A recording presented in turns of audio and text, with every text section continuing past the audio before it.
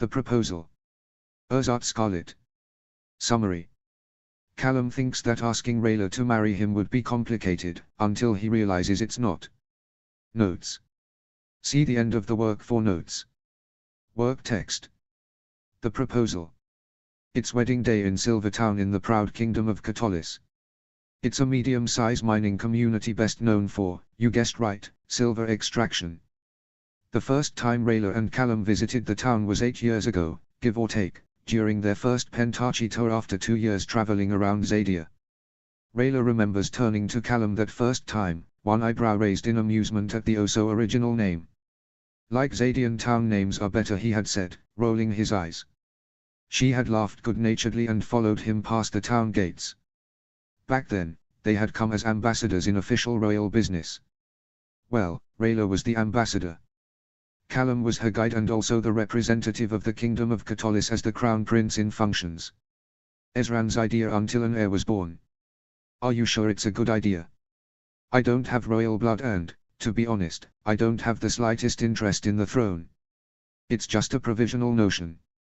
Queen Anya made a very good point about the dangers that a kingdom with no heir can go through and that a crown prince is better seen within royal affairs. Besides, you are my brother, it's your right. Many will disagree, Ez. Let them, I'm King. Callum smiles at his little brother.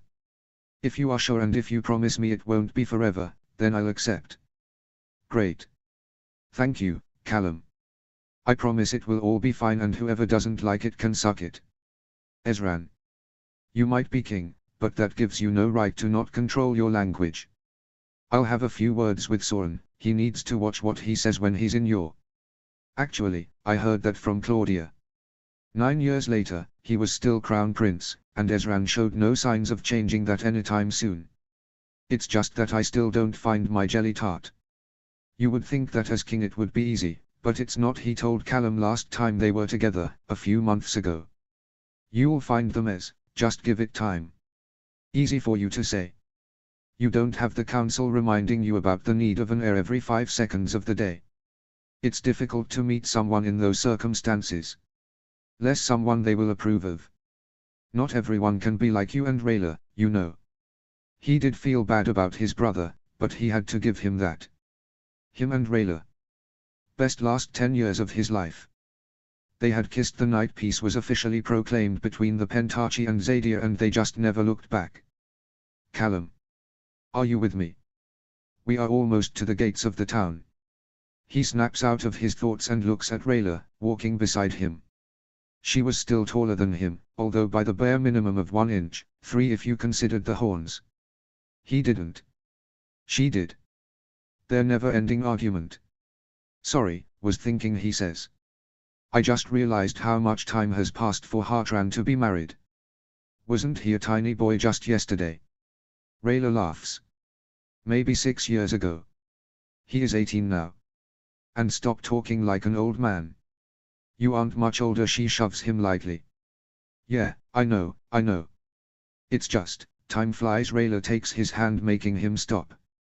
Are you sure you are okay? This is way too much melancholy even for you, she tries to joke. Callum looks her in the eye.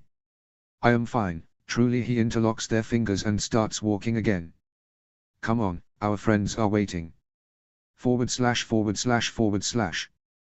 During their many trips around the lands, Callum and Rayla had made many friends, and some enemies, in the different towns and cities. Silvertown was no exception to that, but it was also special to them. When they first arrived, the townspeople were skeptical about the step-crown prince and the elf. They deemed them too young and inexperienced for the jobs they were sent to do. Thought their responsibilities would crush them eventually. It all changed when the accident happened. Working in a mine has its risks. Everybody knows that. That day, both Prince and Elf were inspecting the silver extracted during the morning shift, when a rookie miner lit the fuse of the explosives too soon. The miners inside, still placing more charges to open a new silver vein, didn't have time to react. The first explosion triggered others, finishing in the biggest one that rattled the mountain, causing a rock slide that would block the entrance, trapping the miners. The only thing everyone present could do was take cover. Everyone except for a prince and an elf, both reacting as soon as they understood what was going on. Using his strongest spells, Callum managed to keep the mine open long enough for Rayla to go in. After that he observed, calculated, timed it, and got ready. No one dared to get in his way. They had heard the rumors about him being a mage in sync with the elemental magic. Not just rumors, it seems. When he finally moved, shouting a spell, all the rocks got out of the way. A moment later, people started running out of the mine, Rayla closing the group carrying a couple injured. "It's everyone," she shouts. Callum lets go of the spell, rocks falling down again. Rayla helps him to his feet and hugs him. "Give me a couple hours to rest and I'll start helping with the wounded."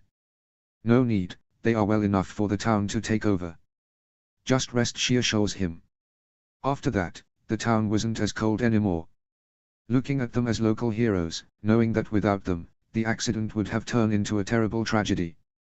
So, yes, Silvertown was special. So when they got the wedding invitation there was no way they weren't going. More so with Rayla so excited. They had seen hundreds of amazing and wonderful things during their long journeys. They had experienced more than most, but for some reason they had never seen a wedding. Okay, so technically Callum had, when his mom remarried, but he didn't remember much. He was just a kid. "I wonder if there are similarities between your weddings and elven weddings," she says. "The spells, the bonding part of the ceremony, the charm exchange, you know, the basic stuff." "Sorry to burst your bubble, Ray, but we don't do spells." Callum raises his free hand in greeting to the guards stationed by the gate as they enter the town. Rayla does the same.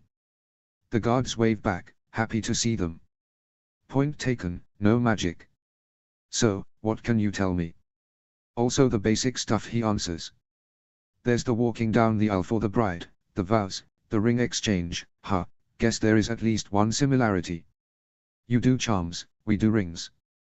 "Our charms are enchanted," she says, matter-of-factly. "Of course they are," he says with a chuckle. They keep on walking to the inn, greeting more people and watching everyone working to get everything ready for the ceremony the next day. "It looks like a festival," notices Rayla, in awe. "For us is a more intimate ceremony. Just the couple, family if there's any, and the couple's closest friends as witnesses. The village elder officiates. I was present for Ranan's, did I ever tell you? I was 10 at the time. He let me be the charm bearer." She smiles, remembering the day. Callum files that information for later usage. This is the kind of town where everyone knows everyone since the moment they come into this world. In a way, it's one big family, so of course they want to celebrate this union as it deserves to be celebrated. You'll see everyone sporting their best looks and behavior, at least until the after party begins. Soren told me it's an experience. Wait, go back. What do you mean with best looks? Before Callum could answer that, a young man calls them while running to their encounter. "Callum. Rayla. You made it." Rayla lets go of Callum's hand to hug the new arrival. Callum shakes his hand. "We wouldn't have missed it for the world," Hartran says. "Rayla. We are very happy about you and Jody." "Thank you, we are very happy as well." He turns to Callum. "By the way, man, before I forget. That favor you asked is waiting at your hotel room. Jody guessed your sizes, but if anything feels weird come tell me so it can be fixed. We have time." "Thanks, Hart, just let me know how much I owe you for both attires." "Nonsense, Callum. Just give me a drawing and we'll call it even." They shake on it. "Hey. Groom. Your dad's looking for you." Someone calls. "Shoot. Coming. Sorry, let me or Jody know if you need anything." "Yes. Gotta go." He runs. "Attires for tomorrow?" asks Rayla with a tone that Callum knew very well. He turns to look at her. "It'll be easier to show you." He takes her hand again. "Come on, the inn waits." ////. Rayla was not amused. She crosses her arms and squints her eyes at the gown in front of her. A human design that, according to Callum, she would need to wear tomorrow. "At least try it on. For me," pleads Callum. "It's human tradition to dress up for events like this. It shows respect to the ones being celebrated. More like an opportunity to show off, but who cares?" She snatches the gown from its perch. "And no need to plea, I'm not a child. She makes her way to the bathroom. You know, I'll never understand this female human fashion. Corsets that choke you, shoes that make you trip, heavy skirts that hinder your movements. How have your women survived? Adaptation, says Callum. Rayla sends him another unamused look before closing the bathroom door. Callum smiles and rolls his eyes. His girlfriend could be stubborn, but he wouldn't change anything about her. He loved Rayla exactly as she was. He walks to where his own suit was hanging and starts changing. Why can't we wear something of our own, calls Rayla, loudly, from the other side of the door. The ambassador suit Ezran gave me is nice and for formal events like this. Plus, I recall you saying I look hot in it. Her voice took a teasing tone at the end. Callum blushes a little. He did remember saying that. Although it was after the ball, inside their quarters, in private, while they. He shakes his head furiously. Not the time. It's too formal, he answers. We both would have been overdressed. He hears the bathroom door open. He turns to see Rayla's floating head staring at him. You mean to tell me there are levels? He finishes buttoning up his shirt. Yes, there are. He smiles that smile that irritates her. Humans, she says, rolling her eyes, and disappears again. Callum laughs and explains further. We would have outshined the bride and groom. That would have made us look bad. That's why I hawked Hartran asking for this favor. It's dumb. Again, it's tradition, he fights back. He steps in front of the full-body mirror. Well, he looks good. Jody had a good eye. Suit fit him like a glove. What didn't fit was his hair. It was longer than he usually wore it and fell up to his shoulders. At least the bangs didn't cover his eyes. He needed to find a barber soon. No time lately with so many official engagements and such. Anyways, a low ponytail would have to do for now. It kept his hair out of his face. He makes some final adjustments and turns to face the bathroom door. How do I look? Handsome. Rayla's head reappears. You look like a dumb human who needs a haircut. She closes the door again. Callum chuckles, shaking his head. So, you ready? No answer. Come on, Ray. It can't be that bad. I've seen ceremonial elven gowns and they are not much different from human fashion. Because you copied us, she calls. But it's different enough. I feel weird still. The door opens and she steps out, making Callum's jaw hit the floor. Wow, it's the only coherent thing he can think. Be honest, I look ridiculous, don't I? She says, a little flustered, not looking at him, and trying to cover as much as she can with her arms. She only looks up when she feels Callum's hand on her cheek. She didn't realize he had come closer. I wouldn't say that. He kisses her softly, feeling how she relaxes. You look beautiful. You are just saying that. No, I'm not, he says. In fact, now I think it was a waste of time asking Hartran for this favor. You are going to outshine the bride either way. Rayla smirks at him. Where did you learn that? Learn what? Smooth magic. They both laugh and kiss once more. Rayla thinks that maybe, just maybe, this human traditions aren't so bad after all. / The wedding the next day was beautiful. That's what Callum will tell to anyone who asks. It was the safest option given that he was too distracted looking at his girlfriend to pay attention to anything else. So, he was madly in love, sue him.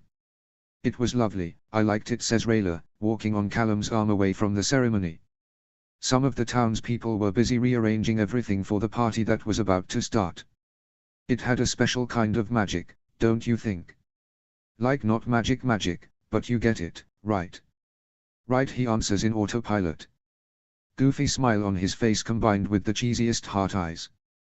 Rayla catches on to that, of course, and an idea comes to her. So, now that the ceremony is over, no one would be mad if I changed for the party, right? Right. I mean, we wouldn't want something to happen to the gown, right? Right. Perfect. She kisses his cheek and untangles herself from him. Be right back, and she runs for it.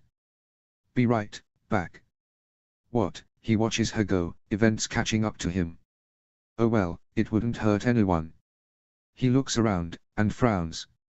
Other men in the town had stopped doing what they were doing to also watch Rayla go. Not like he was possessive. And not like Rayla needed his protection. And not like she would even think of going away with someone else, but... yeah. Just marry her already, boy, chuckles a voice to his left. Yes, wait, what? He turns and gets wide-eye. Elder Varric, what a surprise. How are you, sir? Fine, fine. Still kicking, he says, moving his hand back and forth, resting it importance. But back to what I said, marry that girl already. Who? Rayla. No, the Queen of Duran. Callum makes a confused face. The elder slaps him on the back of his head. Ouch. What was that for? To wake your brain, boy. Of course I meant the Lady Rayla. I swear, sometimes I don't know what kind of prince you are. You have been together for, what? A decade. Any other prince would be happily married and a father by now. Don't you think it's time, boy? I guess. You guess. It's complicated. Complicated, he says. The elder puts a hand on the prince's shoulder. Let me ask you, Callum, from man to man, do you love her? Yes, he answers honestly, no hesitation. Good. Does she love you? Yes, he says again. No second thoughts, no doubts. Then I don't see where it's complicated. He pats his shoulder a couple times and leaves him with that thought. Backslash backslash backslash. The after party was in full bloom. People dancing around the fire or at one of the many games, or just sitting at the tables, drinking and laughing. Kids running around past their bedtimes. Joy everywhere.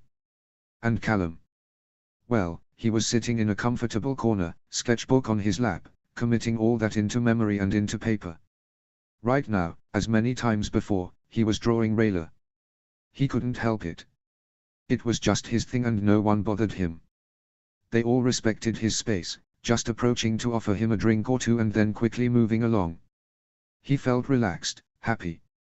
It gave him the space to think. More specific, it gave him time to think about Elder Varric's words. From Varric's point of view, it wasn't complicated. The common folk married for love, but he wasn't common folk. He was a member of the royal family. He was a crown prince, thank you, with responsibilities beyond the family. He had responsibilities with the kingdom and beyond the kingdom. He was on the road a lot. Moving from town to town. Whoever married him, Rayla, would also marry that. He just couldn't ask her to give up her freedom for, wait a minute. He stops his train of thought. He wanted to kick himself so hard his younger self would feel the pain. He was such an idiot. He had stayed with the same reasoning for years, not realizing that Rayla already shared all that baggage with him. So his reason for not asking these last 5 years, that's how long he thought it complicated, were now void. Only thing left now was talking to Ez. He was the king after all, as prince he needed his permission. He knew he had it. He knew Ez would approve. Ez, now that he thinks about it, wouldn't it have been logical after so much time to just marry him, Callum, for political reasons? He knew Ez would never, but it was weird the topic was never approached. Maybe that would have given him that little push to ask Rayla to marry him long ago. Oh well, water under the bridge. He goes back to his drawing. A weight he didn't know he carried now off his shoulders. It reflected in the big pleased smile on his face. Now he just needed to think how to ask her. He stops again. Stars, he needed to ask her. Backslash backslash backslash. Glory to Catullus. Finally, says King Ezran, soon to be 21, jumping from his chair to hug his brother. Bate opens one eye from his cushion to the right of the throne, croaks, and goes back to sleep. Ezran lets go of his brother. Bate also approves, just so you know, he was just tired of waiting. He smiles wide and goes for another hug. I'm so happy for you guys, and yes, you have my permission as king, not like you needed it. Thank you, Ez, says Callum, hugging back. He was relieved. He knew Ez would approve, but somewhere deep inside, he wondered. As he had previously rationalized. Ez was king. He had the power to marry him off to anyone he thought was a good fit, political or otherwise. So curious, he asked. Oh, that. I've known you and Rayla were meant to be since I was 10. I wasn't going to tie you down with someone you would never grow to love. And what about the council? They didn't put pressure on you. Ezran laughs. It was short and loud. It wakes up Bait. He croaks grumpily. Sorry, pal.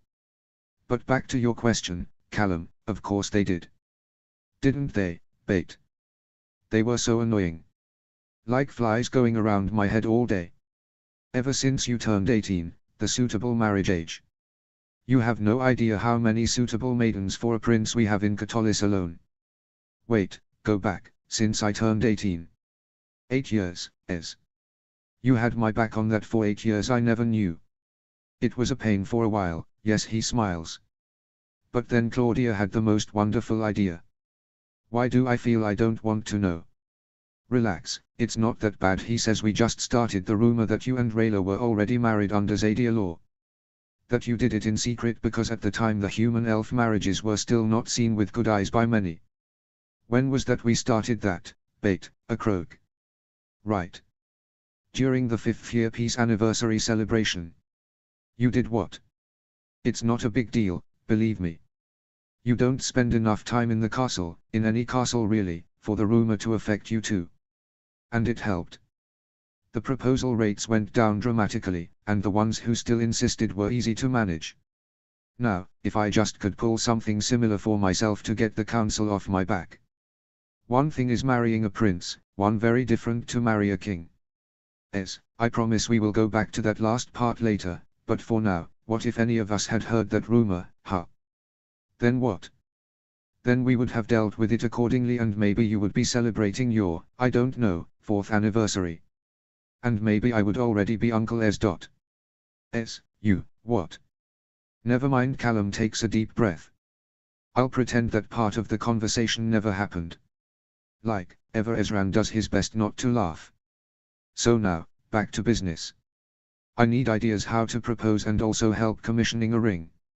You think Soren will be able to help with that? Forget that, brother. No prince of Katolis will commission a ring when there is a really good one available. What do you mean? Ezran picks up Bait and signals Callum to follow him. You'll see.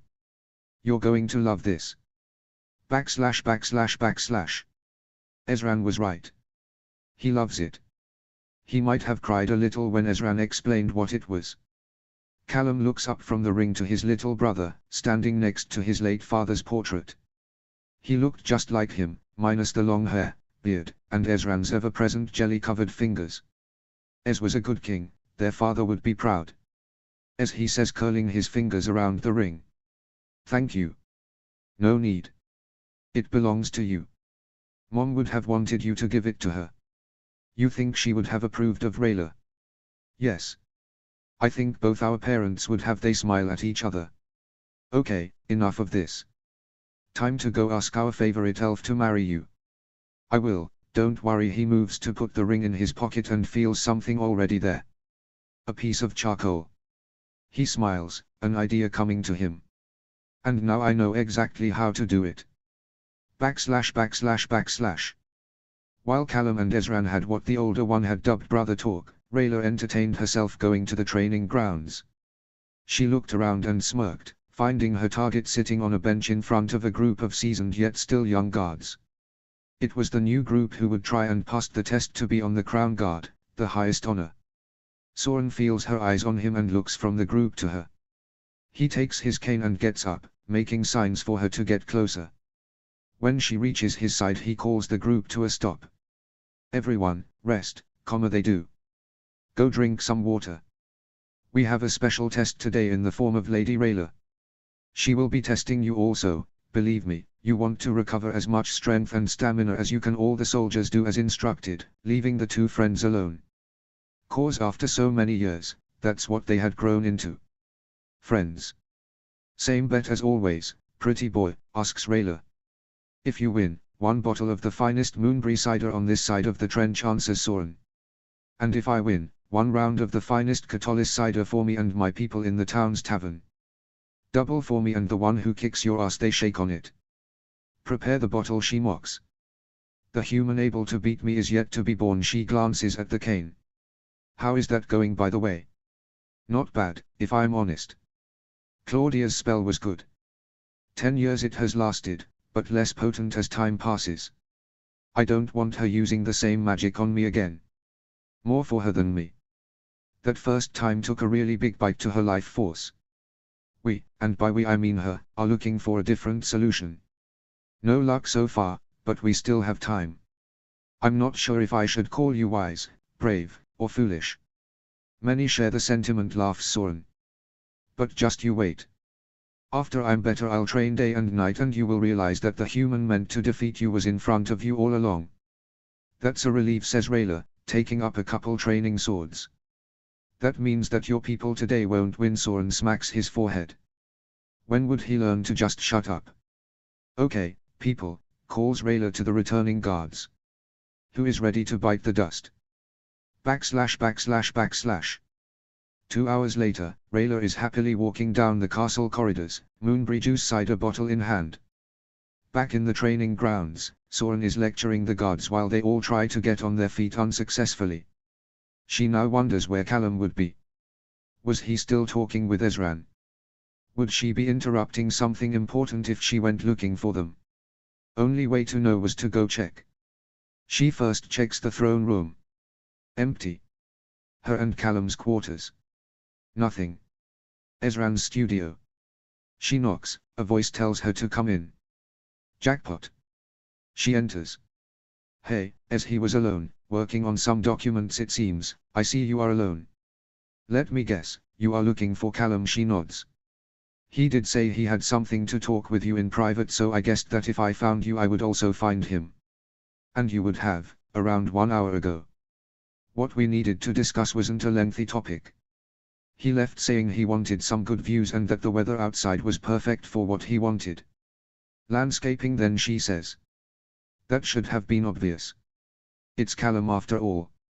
Yeah, it's his thing, agrees Ez. Need help finding him? No need, she says. There's only one place he could have some good views and all the natural light needed to draw. Thanks, as Rayla leaves. Ezran watches her go and then returns to his desk. He better finish writing the official engagement announcement he would be presenting to the council first thing in the morning. What do you think, Bate? The council will cause trouble. A grumpy croak. You are right, who cares? Though they will be mad when they realize they weren't married all this time. Another croak. He turns bluish. Yeah, their fault. It's on them for believing rumors. But deep down he knew it. The next day would be a long one for everyone. ///. Rayla finds him on their favorite spot on the roof. 10 years ago, they had their first kiss there. It was their special place. Rayla had no idea it would become even more so. She loved watching him draw or paint. Be it that he knew she was there or that he didn't, like now. Those were the moments she could really watch him shine. Then or when he practiced magic. She also loved to watch him then. She loved all about it. His posture, his hands moving quickly but carefully over the paper, his concentrated expression, his eyes flying between whatever he was drawing back to the paper like he wasn't doing at the moment. Now, that was weird. If he were really landscaping he would be looking up and down more frequently. Instead he was fully concentrated in the drawing. Maybe he had already finished and was correcting some lines. No, he would still need to check to see the new line was in the correct place. Then, it was something else. Now, she could play this in 3 different ways. 1. Walk to him and ask him to show her. 2. Walk to him and snatch the sketchbook, or 3. Walk silently behind him and peek over his shoulder, most likely scaring him, to see. The sensible option was number 1 of course, but there was no fun in that. Option 2 was risky cause the charcoal could make a smear if it was close to the paper when she snatched it away, so option 3 it is. She puts the bottle of cider on the floor and moves silently to locate herself behind the prince and starts creeping closer, slowly. What she didn't know was that Callum knew she was there and he had prepared for either scenario. The prince makes sure the drawing is in full view if looked over his shoulder. Rayla gets close enough, stands over him not blocking the light, looks down, and gasps. She takes a few steps back. That drawing. It wasn't a landscape. It was of her and Callum. He had drawn himself on one knee in front of her, taking one of her hands in his, and holding a ring in the other. He had drawn her looking down with an surprised expression on her face, covering her mouth with one hand, like she was doing now. Rayla, he calls. She looks at him, now inches from her. She sees him smile, take one of her hands in one of his, go down on one knee, and take a ring, the ring, out of his pocket. He looks up and Rayla can only see the purest love in his eyes. Love for her. Rayla, he repeats. I. The loudest yes coming from Rayla and her tackling him to the ground interrupts the speech he had prepared. Not like he cares when his arms and lips are full of her. Backslash backslash backslash. It's my mom's first engagement ring, he explains later when Rayla asks when he had time to get it. The one my birth father gave to her. Ezran found it with Dad's old things long ago and kept it for me, for when I finally decided to ask you. It's beautiful, she says, kissing her fiancé. You think she would approve? Would your dad's? About my birth dad, I honestly don't know. But King Harrow and my mom would. Besides, Mom always told me to do what makes me happy. Asking you to marry me makes me happy. You make me happy. Sorry it took so long. Don't worry about that, she says. So, is this what you needed to talk with us? Callum nods. He is king, it's customary for him to approve first. But most important, he is my brother, who would have sent his animal friends to kill me if I didn't tell him about it first. Rayla laughs. So now what, future husband? Do we need to announce it or something? That's his job, but we will need to be present during the announcement to the council tomorrow. Rayla makes a face. I know, but hey. We have survived worse situations together, right? Rayla nods and cuddles to him, Callum putting his arms around her. He was right. They could do anything together and now, they would always be. She looks at her ring again, and smiles. She never imagined she could be this lucky. Getting ready, something borrowed. Urzat Scarlet. Summary. 4 months have gone by after Callum proposed. Final touches before the wedding in Katolis. Claudia and Ezran have surprises for the bride and groom. Notes. See the end of the work for notes.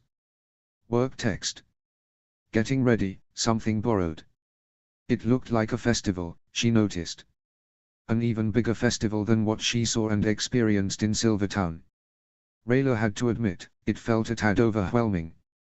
It was to be expected, right Bait? She tells the glow-toad perched on her shoulder. Not every day a human prince marries an ex-assassin moon shadow elf. She gets a soft croak in response. Rayla walks away from the window and continues down the hall. She was on a mission to find Claudia. Okay, no, that was her being overdramatic. She was just told that the older woman was looking for her and to please go to her study when she had the time. Rayla had it now, and that was a miracle in itself. Taking into account all the weeding mayhem she's been going through and the ambassador duties that hadn't magically gone away after the engagement, yes, this free time was a miracle. Rayla arrives to Claudia's study. She sighs. It was still difficult to think of it as her friend's study, as it was known for a long time as Lord Byron's. She didn't have fond memories of that room, no one did. Heck, Ranan still avoided the whole hallway like the plague. Some wounds, she knows, just run too deep to be healed. She knocks, still wondering why Claudia requested that room, and then insisted with a passion, when Ezran reinstated her as the new librarian, no magic. In fact, her main purpose was to identify and lock away every single dark magic tome. Given the size of the library, that was quite the job. The Dark Archmage title was erased from the court since Viron's disappearance at the end of the war, and Claudia had vowed to never practice the magic again. The door opens, revealing a more mature-looking Claudia. She now wore less flashy gowns that looked more comfortable, on Rayla's opinion, and with a wider color palette. Gone were the main blacks and purples. Her hair was also shorter, shoulder length, with the ever-present premature white coloring. Ray. You are home. Claudia crushes her with a hug. More mature looking maybe, but still the same Claudia on the inside. When did you arrive? I thought you guys were still on diplomatic mission on Evnia, says Claudia, letting her go. Got here late last night and went directly to bed while Ezran kidnapped Callum. Knocked into his room this morning and snoring, answered me. Claudia laughs. Say, Claudia, can I come in? Claudia stops laughing and blushes. Oh my. I'm sorry. Yes, come in. She glances at the toad. You two Bait. Rayla could swear Bait was judging the midge. So, you and Callum still in separate rooms, she asks with a mischievous twinkle in her eye while closing the door. Yes, cause suddenly it became improper, complains Rayla, looking around the room. It was brighter than she remembers. For 10 years no one bats an eye, no one cares, and now is badly seen and a terrible representation of the monarchy, and what will the people say? Well, given that most people thought of you as already married, you are welcome, by the way, or at least entangled to a certain level, they didn't thought more about it. Now, though, it's different. It's stupid, that's what it is. 10 years, Claudia, you can assume that things already happened and you'd be right. It's not like 4 months apart will erase that fact, Rayla keeps complaining. Can't they just make peace with it and let it go? That bunch of old people around our king. Hell no. You can bet all the riches in Zadia they will never. In fact, they have never even approved of this arrangement. Only by Ezran's authority, and maybe some blackmailing on my part, they left you alone. But now they have tradition and whatnot on their part. They will only leave you guys alone when you get married. Even Lord Bait. Oh no, he will be a thorn on your side until he dies, says Claudia. Remember that in his eyes you stole the prince from his older niece and a good access to political power. Like Ezran and Callum would have allowed it. That prissy little airhead was never an option, adding that she has nothing in common with Callum. Rayla rolls her eyes. That doesn't stop her, though. Claudia chuckles and takes Bait in her arms for some belly rubs. She thinks that until Callum says I do he is fair game. He can still change his mind, she says. I believe our dear Crown Prince can now navigate the castle secret passages even better than our king. Crown Prince, repeats Rayla. Callum hates that title just as much as I hate being called lady. That won't go for long for you, says Claudia. After you marry you will be Princess or Highness. Claudia laughs. I know, answers Rayla in a calm tone. Not the reaction Claudia expected. And you are fine with it? The smile Rayla sends her way can only be described as blinding. I'm not fine with it, but it means I'll spend the rest of my life with Callum so I can deal with it. Claudia sighs dreamily. You are so perfect for each other. Rayla blushes, smile still in place. I wonder if doesn't matter now, Dad ruined it for me. Claudia's eyes darken. Dangerous territory. Rayla diverts. So, I was told you were looking for me. No one knew why. Care to enlighten me? What? Oh. Yes. Claudia snaps out of her dark place. I have something for you. Claudia puts Bait down, he croaks, maybe demanding more belly rubs, and goes to that hidden spot behind the bookshelf. I hope you love this. It was Soren's idea, but don't tell him I told you. Tough guy, you know. Rayla can see her looking for something. We found these among our mom's old things when we were clearing Dad's quarters. Claudia turns with a medium-sized box in her hands. What's this? Rayla takes the box Claudia is offering. It's for your trousseau, explains Claudia. Rayla looks funny at her. Human tradition. Open it and I'll explain. Rayla does, and her eyes go wide looking at the contents. The box, jewelry box to be exact, was full of exquisite pieces, but what really surprised her was that they were definitely not of human making. This is Zadian work. An elf, or several, made these, she says, in awe, picking up one piece. Very high quality. A master's work, no doubt, even better than Ethery. Rayla concentrates her senses on the jewel. A hella better than Ethery. There's powerful magic in here. How did you get these? As I was saying, it's for your trousseau. Claudia laughs at Rayla's unamused expression. It's one of our traditions. The bride has this assortment of things that are supposed to bring good luck and fortune. Something new, something old, something blue, and something borrowed. I wanted this to be your something borrowed. Claudia takes the jewelry box from the ex-assassin's hands. As I said, this was my mother's. Me and Soren thought she had taken everything back to Delbar, but we found a crate full of her things in Dad's old room. This jewelry box was among them. She pauses and takes a deep breath. I wrote to her. Asked if she wanted it back. She replied saying that these were family heirlooms from generations back, way before the divide passed down from mother to daughter. Dad was supposed to give them to me on her stead when I turned 18. They are mine now. She opens the box. And I want you to have them for your wedding. Claudia finishes with a smile from ear to ear. The only thing Rayla think is appropriate at that moment is to hug her friend. What can she say? After 10 years with Callum, some of his habits were bound to stick.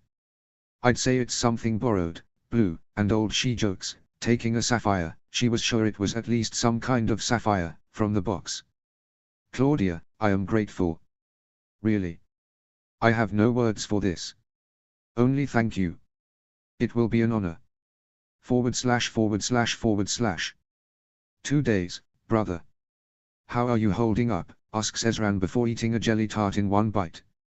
I really hope you don't eat like that in public, says Callum, moving away from the window. It really was starting to look like a festival out there. And I'm fine. After 4 months of dealing with your counsel and hiding from Chloe, I'm ready to marry Rayla. In fact, if I could, I would just ask her to elope and make your original rumor true. Claudia's rumor, I just went with it. Another jelly tart goes down. And if you had, in fact, done it, it would have been one heck of a story for history and future generations.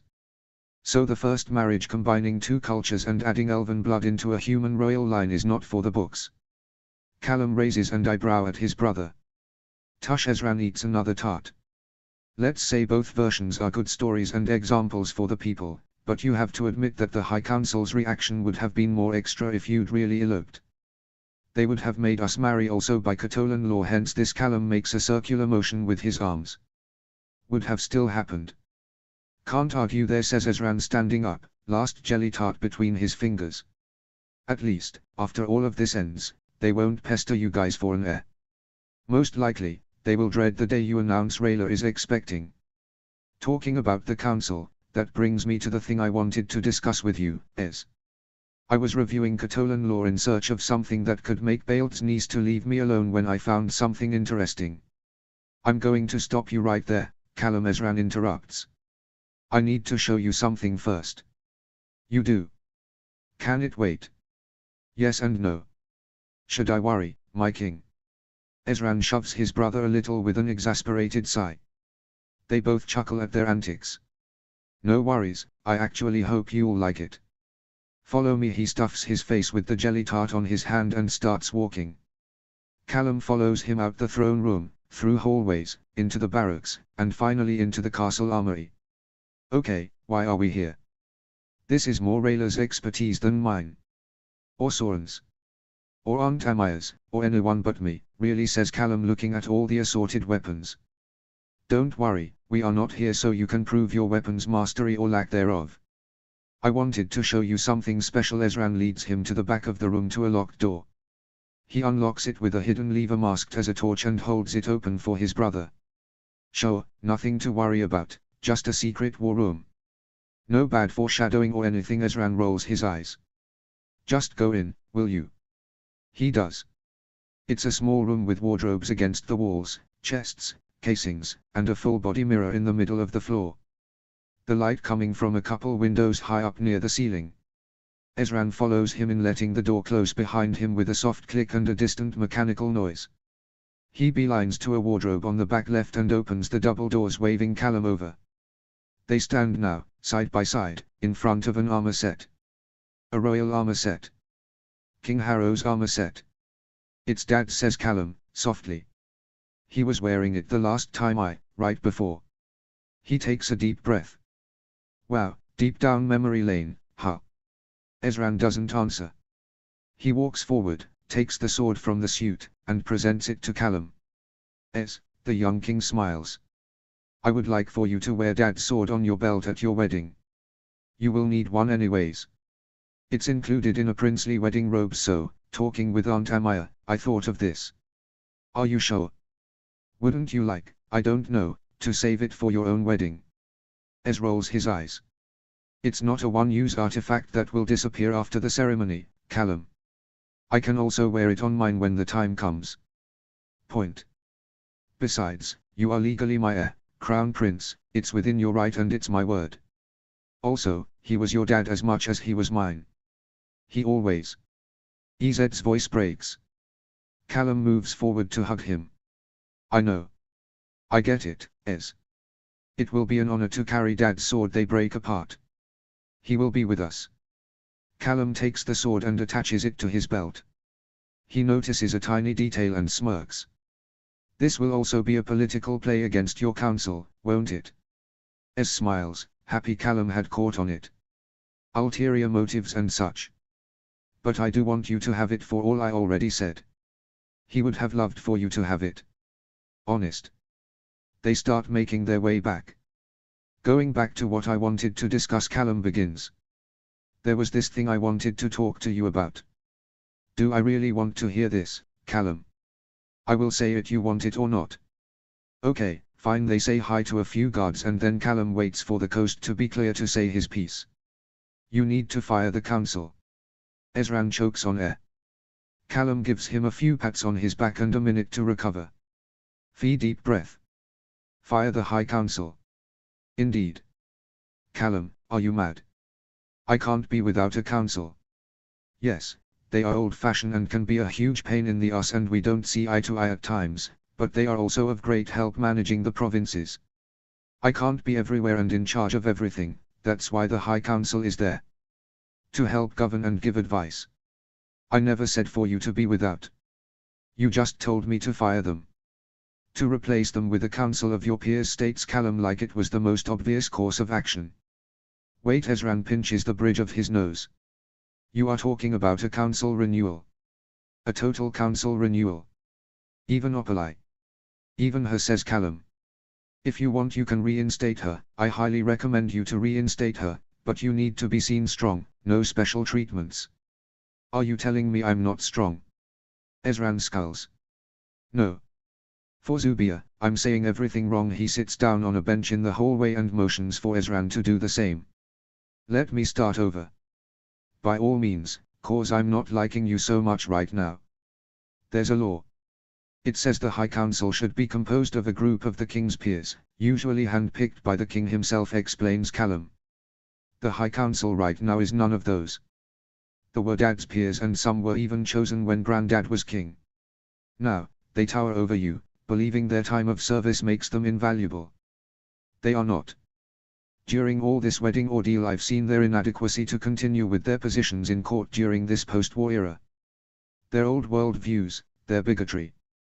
Trying to influence your every decision to their likings and benefit. I could go on. Please do, answers Ezran, starting to get angry. Maybe you'll tell me something I don't already know. Callum sighs. My point, Ezran, is that you can replace them with someone you can actually work with. But not abruptly. Council of your peers.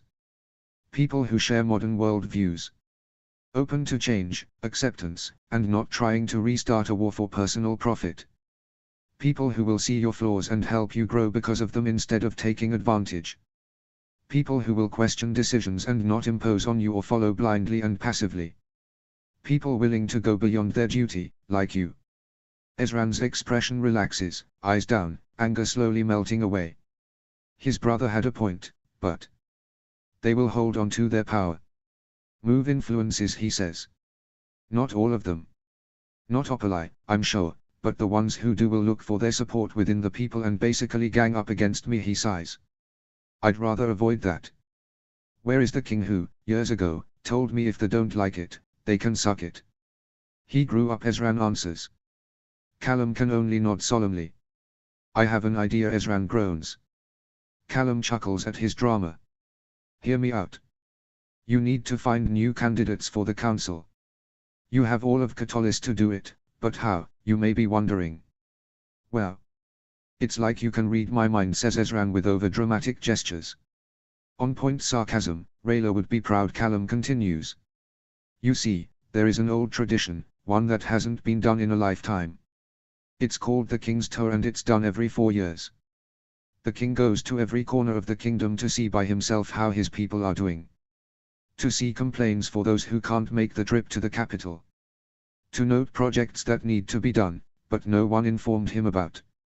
Basically, to make sure that the province lord or regent is doing an adequate job on his name instead of making themselves rich and making the king look like a tyrant. Ezran smiles. That's actually not a bad idea.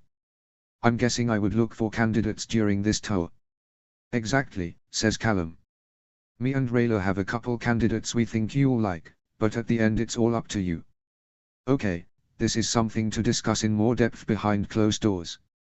I want input about it from Rayla, Aunt Amaya, Soren, Corvus, Claudia, and Opalai. I don't plan on replacing her or making her step down for even a second, but we can see to that later. I want to see you married first. /////. When he opens the door to his room, he is not surprised to find Rayla sitting by the window in his favorite recliner with a book open in her hands. Callum smiles tenderly and walks to her after making sure the door is properly locked. 4 months ago they were giving separate rooms to avoid scandal, keep appropriate conduct, and all that nonsense about premarital do's and don'ts. So, of course, they ignored it. The complaining about it was only pretend. Rayla senses him getting close and makes room for him on the recliner. He leans in and kisses her temple, putting an arm around her. He waits until she finishes the latest chapter, just enjoying being there. You talked with Ez, she asks, closing her book. I did. He is willing to discuss about it, but after the wedding. It's fair, she nods. Ez is a good king. He'll do what he feels is right. Even if it's not what we suggest.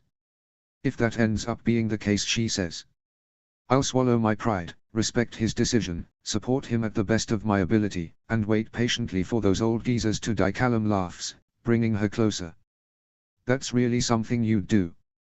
Seems you are really in for the long haul.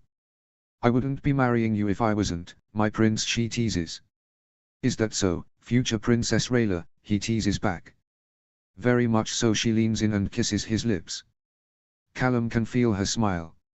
And don't call me princess. Difficult not to, he says. Especially with these little things on your horns. They look really nice on you. Gift from Ranan and Etheri, his touch is gentle. He got to know early on how sensible and important elves' horns were for her people. Rayla closes her eyes, enjoying the sensation. No, she semi-lies on him using his chest as pillow. Claudia gave them to me, she explains. That was really sweet of her. He concentrates his senses. It's moon magic. Really powerful, as it has lasted for so long. That's why you chose these. They felt right, just that. They will go beautifully with your dress, he says. I can't wait to see you in full regalia. Walking down the aisle on my father's arm. I'm pretty sure all I'll be able to see is you. So cheesy, she bops his nose and gets up. Come on, let's go to bed. Tomorrow I have way too many last-minute wedding meetings and I need a good rest to not kill anyone. Or to be rested enough to kill everyone, she smirks. You know me so well. Callum laughs and follows her to bed. 2 days, less than that now really, to become husband and wife. Time couldn't go fast enough. The wedding. Urzat Scarlet. Summary. It's Raylan wedding time. All the merriment, nerves, reunions, and conversations expected in a day like this. Notes. See the end of the work for notes. Work text. The wedding. Rayla woke up that morning alone in bed in an unfamiliar room. Her room. The one she had only slept in once for only 5 minutes before thinking screw them all and slipping into Callum's quarters that night, almost giving him a heart attack when she tapped on the outside of his window. She slept there every night since. The reason she wasn't with Callum specific this morning, chose that moment to enter her room in the loudest way possible. Your wedding is today. And you had to kick my door open to announce that, says Rayla, rubbing the sleepiness off her eyes. Seriously, Claudia. If I didn't know you I would swear you were raised in the wild. Not only you, Lady Rayla, I assure you. Rayla opens her eyes and turns to the door. Opalai and General Amaya had just come in. Opalai was glaring daggers at Claudia while Amaya was doing her best not to laugh. That was one hell of an entrance, she signs to Rayla behind Opalai's back. Soren will be proud. She practiced that. Amaya winks and Rayla rolls her eyes with a little smile on her face. So, could any of you tell me why do I owe the pleasure of your early visit? Why? To help you get ready, of course, exclaims Claudia, moving to open the drapes and window to let the sun and fresh air into the room. We got a lot to cover today to make you look like the best bride Catullus has ever seen. Claudia cracks her knuckles. Rayla gulps. Should I be afraid? She asks no one in particular. Amaya answers, signing one single word, slowly. Very. Opala rolls her eyes. Enough chatter, ladies. Let's begin. Wait, and my mom? Shouldn't she be here with you helping me? Asks Rayla, getting out the bed and moving to wash her face. Both Tiundrin and Lane sent a message last night. They should be arriving. Opala looks at the grandfather clock in the room. Pretty soon, really. She'll join us then. How are they getting here? A roar outside catches everyone's attention. Rayla runs to the window and laughs at the sight. By dragon. Of course they would come by dragon. //////. Wow, your new in-laws sure know how to make an entrance. What do you mean? They came by dragon, says Soren, looking out the window. A few seconds later they all hear the roar. Is that for real? Ezran runs to the window to also have a look. Hey, calls Callum behind the changing screen. They had moved to his room. A little help here. Corvus steps in to help him finish dress up. Callum steps in front of the full-body mirror. I still think the cape is overkill, he complains. It's tradition, says Corvus, using a brush to take off any remaining fluff from Callum's clothing. He steps around to look at him. All done. King Harrow and Queen Sari, I would feel very proud of you, my prince. Wow. Is that little Callum, says Soren, getting closer. The only reason Rayla will recognize you is because you'll be standing on the groom spot. He ruffles Callum's hair. Come on, Soren, cut it out. Callum turns to the mirror again to try and fix his hair. He catches Ezran's reflection and freezes. Ez. You okay? He walks to his brother. Yes, he dries his eyes with his sleeve. I just thought of Mom and Dad and how they should be here and got nostalgic, that's all. Yeah, Callum says, patting Ez's head. I hope I can be as good as Dad on this marriage thing. You already are, Callum answers Ezran. For the last 10 years. We are just making it official. He bumps his brother's shoulder with his fist. And take it this way, adds Soren, choosing an apple from Callum's fruit bowl. The only thing you need to do is not anger her or her extensive assassin family. Easy. Why and how could I anger anyone? I don't know, messing up. Like, big deal. Soren bites loudly on the apple. Or maybe it just sounded louder than it really was in the sudden silence. Holy shit, too, what if he fucked up? What if he did something and it made Rayla realize he was not worth it? What if they ended going their separate ways, never seeing each other again? What if Rayla found someone better? Oh great. Panic. Callum. I don't know a lot about medicine, but I'm pretty sure green is not a healthy color, says Soren, still eating his apple kind of leisurely, not aware of what he had triggered without meaning to, real concern on his tone. You okay, man? By mere answer, Callum unclips his cape, gives it to him, and runs to a flower vase on the corner to be sick in peace. I'll take that as a no, Soren. I'm not fine. Callum, what's wrong? Ezran kneels beside him, soothing his back. Come on, breath. Callum does. In and out. Corvus gives him some water which he gladly accepts. Thanks guys, he points to Soren. I'll zap you later. Fine. Can I know why? Never mind. Callum sits on the floor, back to the wall, and says to no one in particular. What if I mess up? What if something goes wrong? Then you find a way to fix it, answers Ezran, sitting beside him. First Rayla will slap your head, like she always does, and then you'll fix it. But what if she decides last minute that this is a mistake? She never wanted to be a princess. They were so concentrated on Callum they don't see Corvus slip away. You mean to tell us that you believe she will back out of this wedding? Soren intervenes. The girl who looks at you with heart eyes all the time. The one all the ladies in Catullus are jealous of. Rayla, who has fought people who talked bad about you. The elf who. I think we get it, Soren, that's enough. Soren rolls his eyes. My point, Prince, is that if I can see it anyone can see it, and I've never seen people as in love as you guys. Soren finishes. Callum stands up and begins pacing in silence. After some minutes he stops and faces them. None hear the door opening. I've never doubted Rayla, at least not since before ZYM was born, but, what if I'm the one who is not enough? What if I make a mistake? What if ouch, he turns. Was the slap Aunt Amaya? The room becomes silent. I went to look for her, explains Corvus, moving to Ezran's side. Figured if someone could make him come to his senses, besides Lady Rayla, would be her. Well thought, Corvus commends Ezran while their aunt takes care of Callum. Stop this nonsense, she signs, kind of aggressively. And stop acting like an idiot. You are not an idiot. You are more than enough. And don't kid yourself, you'll mess up over and over and over again. Both of you will. And then you'll learn, and grow. Messing up is part of life. She goes to Soren, takes the cape from his hands, and puts it back on Callum. Then checks the sword is correctly placed on his belt. She brushes his shoulders and finally says, but not today. None of us will mess up today. Certainly not you, and smiles. Callum closes his eyes, takes a deep breath, holds it, and lets it go. He opens his eyes and really looks at his aunt.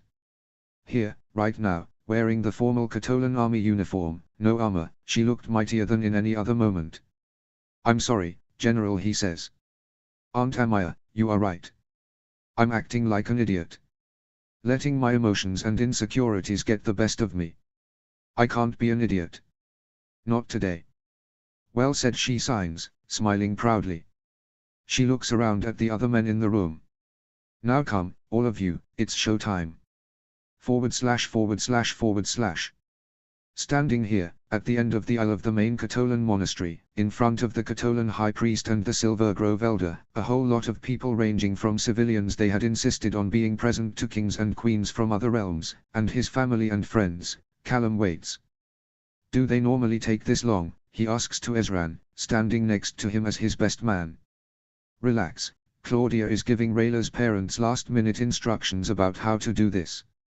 Remember, they only arrived a few hours ago and it's been hectic. I still don't understand why they didn't travel with Ranan and Eferi. They would have been here days ago. Duties, Callum. Dragon Guard. The Dragon Guard with a young dragon to worry about. You know how Moonshadow elves can be. You are about to marry one. Point taken, answers the prince, attention once again on the main doors. /////. And that's all you need to know, exclaims Claudia. I'm going to my place now. When you are ready, stand before the main doors, and now to the guards. Thank you, Miss Claudia, says Lane, shaking her hand. She smiles, looking at the family one last time before turning around.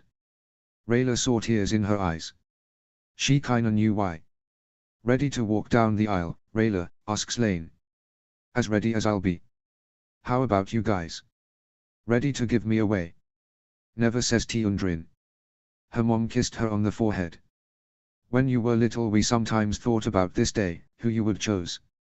We never really imagined someone like Callum, but he is good. Rayla hugs them. They nod to each other and move to stand in front of the doors. Ready. Rayla takes the deepest of breaths.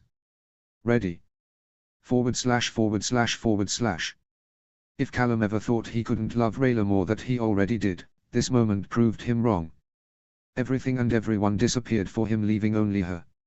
She looked beautiful in the Zadian-style gown with the colors of the Moonshadow elves. It made a great contrast to his own robes in the Katolan family colors. It represented the union of two cultures. Two families. Soon enough, or not fast enough, she was standing in front of him. He takes both her hands in his, locks eyes with her. He can barely hear the Katolan high priest beginning with his sermon, all his focus on the one he deemed most important. ////. As soon as she entered the room on both her parents' arms, the first thing she did was look for Callum. She finds him on the dais already looking at her, his eyes bright with happy tears. She was sure her own were no different. She arrives at his side soon enough, or not fast enough, and lets him take her hands and lock eyes with her. He looked so handsome in his royal outfit and colors. The sword at his hip a nice touch. The cape though was a little overkill, but they would get rid of it soon enough. The Catolan high priest begins with the human part of the ceremony. It's boring. Rayla would never understand why humans needed so much pomp and fanfare on these situations. They tried to make it simple, like Hartran and Jodi's wedding back in Silvertown some months ago. They tried, they really did, but a prince can't be married like a town's nobody, i.e., she broke the nose of the person who said that. So they were forced to give in. Finally, it's time for Silver Grove's elder to do the elven part of the ceremony. Something short and to the point. Both men ask for the rings, the elder blesses them with magic, and Callum and Rayla exchange them while saying their vows. Almost there. Now, by the power given to me as High Priest, and by the blessing of Zadia and the primal sources, we join these two lives together, they say at the same time. You may kiss. Rayla beats them to it, taking Callum by his jacket lapels and crashing their lips together. She could swear she heard Soren whistling in approval. Callum also doesn't mind the breaking of protocol as he wraps his arms around her and kisses back with fervor, bringing her as close to him as he can. They only break apart after Ezran politely but loudly clears his throat to catch their attention. Rayla risks a look at the old men beside them. Elder Tyne is laughing heartily while the human priest looks scandalized, all red in the face. Rayla winks at him for good measure. Elder Tyne elbows him on the ribs so they can finish the ceremony. Presenting Crown Prince Callum of Catolis and his now wife, Princess Rayla of Catolis. Callum, never letting go of his wife's hand, starts walking to the door among the cheer in the room. Rayla stops him in the middle of the aisle to kiss him again. They don't say anything. There was no need. They were married. They did it. /////. The party that followed at the castle ballroom was formal but, thanks to Claudia and Soren's meddling, not dull. Ezran gave a speech, of course, and there were several toasts to their name. Wine and mead and ale flowing freely to every cup. They dance, as Moonshadow elves did, they eat, they laugh, they drink, they dance some more. They also people watch. They see Janai blush as Amaya bows in front of her very gallantly asking for a dance. They see Ethery shaking his head good-naturedly at Ranan and Queen Anya as they brag to each other about their archery prowess trying to outdo the other. They see Rayla's parents drinking and joking with Ezran. They see Ellis and Ava playing with a cluster of kids, elven and human alike. They see Luyan and Ibis showing off each other's magic to a fairly big audience. Callum makes a mental note about telling his teacher about Luyan's ex-husbands. And it went on and on. Everywhere they looked there was merriment. We are only missing the dragons, notices Rayla while Callum spins her in the dance. I invited the one who brought my parents to stay, but he said he didn't want to impose. Impose? Meaning he is big and there's not enough space. Callum looks around and nods. Yeah, would have been a tight fit. They keep on dancing, not a care in the world. The moment was theirs. Have I told you how beautiful you look tonight? Callum whispers close to her lips. About 10 times already, she answers. But you can say it again. You look so. He doesn't finish the phrase, opting to kiss her instead. ////. They look good together, don't they? Asks Tiundrin, looking at her daughter and new husband from afar. Yes, Ezran agrees. Face a bit flushed from the alcohol. I just wish my brother would have asked for her hand years ago. Maybe I would already be an uncle. Look at them, young king, little ones will come soon enough for us to pamper and spoil. Ez nods. And you, King Ezran? Someone special? Asks Lane. Special for me, at least he confesses, he blames the spirits. But I don't know if I'm special enough, he drinks. But, you are a king. And some are just not impressed. Not when they have a similar title and only see you as a good friend. Yes, it was definitely the booze. Ez notices the embarking calling him over. If you'll excuse me. Should we tell Rayla? We do owe him for protecting her happiness, avoiding his brother to be engaged to another for convenience. She and Callum could help the king, says Lane when Ezran is out of earshot. Something tells me they will know soon enough if they don't already, answers Tiundrin, putting a close to the subject. Now, come on. I want to dance with our son-in-law and you owe your daughter a dance. // Ez watches from the balcony with Beta's company as the last party attendants leave for the night. He wonders if he'll be as lucky as Rayla and Callum one day. Well, my friend, he tells Bait. For now I'll be content with being an uncle. What do you think? Bait croaks. End. 9 months. Urzat Scarlet. Summary. Rayla is in labor and, as he waits their baby's arrival, Callum tells moments of those 9 months to Anya. Notes. See the end of the work for notes. Work text. 9 months. They blame fate. Fate wanted this to happen. It was the doing of a power greater than all primal sources put together. Or maybe it was just a miscalculation on their part. Or chance. Or plain bad luck. Maybe, in a distant future, they would look back at this moment and realize what a blessing it really was and how lucky they were. Whatever the case, none of the people involved were happy at the moment. Why would they? After all, Rayla wasn't supposed to start labor right now. But the midwife said we had another month. Oh really? Well, this baby is saying now and there's nothing I can do about it. That was about 3 hours ago. At the moment Callum was waiting in a hallway bench outside his and Rayla's room cause his wife had thrown him out. Apparently he was fuzzing too much and didn't let the midwife or her assistant work in peace. At least he wasn't alone. Queen Anya had taken pity on him and was currently keeping him company. I got to say, Callum. Thanks to you both, this has been my most interesting birthday so far, she says, grinning. Because of course the baby is not only 1 whole month early, they also decided that the kingdom of Duran was the perfect place to be born. We at least know your baby has excellent taste. Duran is the perfect place to be born. And the fact that you guys could share a birthday amuses you, I'm sure. You would be totally right, yes, her grin widens. Callum sighs and lowers his head, holding it with his hands. This is so not going as planned. You can't expect to have full control all the time, Callum. Even with all your primal connections. Yeah, maybe, he agrees half-heartedly. But now I'll have to deal with all the I told you so back home. What do you mean? Well, you know why Ezran couldn't come. The king's tour is set to go out in 3 months and the last preparations are taking all his free time. Anya nods. So, instead of rejecting the invitation, Rayla suggested we should come. It was the logical decision, Anya agrees. It was a state affair, after all. A kingdom representative from Katolis was expected. To send the crown prince and his wife, who also have vast experience in political affairs, can be seen as one smart choice. Except that everyone was against the idea, Callum explains. Opalai and Corvus were to come with General Amaya as escort, but Rayla insisted and I supported the idea. Callum switches to a high-pitched voice. She is heavy with child. You can't risk her giving birth on the road. Was that supposed to be Claudia? Anya shakes her head. Never mind. So, what happened next? All were in favor of us not coming, but Rayla, Callum sighs again. She's been feeling down for some time now. The pregnancy doesn't allow her to do most of what she wants. People also treated her like she was going to break at the minimum effort or touch. She hates being treated like that, like she is made of glass, and all of them telling her, she couldn't come was a direct hit to her pride, concludes Anya. Yes. So, for her well-being, you convinced them to let you come. Yes. That's love, Callum.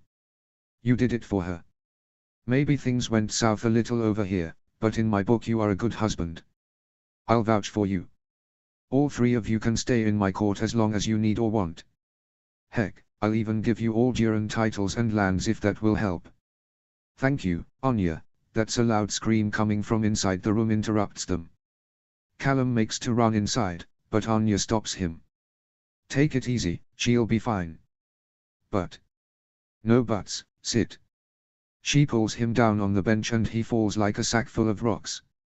The midwife in there, Zailra, she was in charge when I was born. Rayla is in good hands. Callum's worried face doesn't go away. She was sure he hadn't even listened what she said. The prince needed a distraction. Say, Callum, how did people react when you guys announced she was with child? She sees him smile and mentally pats her back. It was one of our best moments. A personal favorite and kind of a lethal once as well. 7 months ago. Silver Grove was beautiful this time of the year. Callum just wished he could explore it with his wife, but sadly they were here on official business. His wife. Well. Even after a little over a year he was still amazed he could call her that. Someone is lost in thought today. Callum turns and smiles brightly. He opens his arms and Rayla walks to him accepting his embrace. He kisses her lips, lightly. Let me guess, they sent you to bring me back. Please, like they could make me do anything for them. She rolls her eyes. I mean, maybe if they asked nicely, but no. Women, go get your husband, they said. So I took one of my swords, pointed it at them and told them, if you want us back, grow a pair and come get us yourself, and then left the room. Callum chuckles. That was something she would do. It was just so Rayla. Well, it seems we have some free time on our hands now, he says. You in the mood for some Moonbury surprise? Thought you would never ask. Dash. Wait, Callum, what does this have to do with my question? Anya interrupts. Calm down, Your Majesty, I'm painting the picture. Dash. Auntie Athian puts 2 cups of Moonbury surprise in front of them on the counter before either can place their order. They look at her, puzzled. Saw you coming. This is today's special. Enjoy it. Each take a cup, pay, thank her, and make their way to their favorite spot by the fountain hand in hand. They sit and Callum takes 2 spoonfuls. This is what I needed. Auntie Athian sure knows her craft. I don't know, says Rayla, frowning. It tastes weird to me. Let me taste. Rayla gives him her cup. It tastes the same as mine. Want to trade, just in case? Rayla nods. She takes a little bite and gags. Oh dragons. No, definitely not. Callum's turn to frown. That was not normal. He moves closer. Rayla looked pale. Rayla, honey, are you alright? Rayla doesn't answer. She just bolts to the nearest bushes and empties her stomach. Shit. Rayla. Callum was at her side in an instant. Luckily this was a secluded spot so no one saw what was happening. Easy there, love, I'm here. Tell me what you need. For you not to make a fuss, she says, her tone annoyed. I'm fine. Must be something I ate on the road. I just need to rest. Want some company? Ethery must be home. I'll go there. You sure? Rayla rolls her eyes. Yes, she says. I'm feeling better already. You go finish seeing to that meeting before they kill each other. I'll see you at dinner. Rayla kisses his cheek and walks away. Callum stays there, not much convinced. He would talk to her later, after she had some time to rest and clear her mind.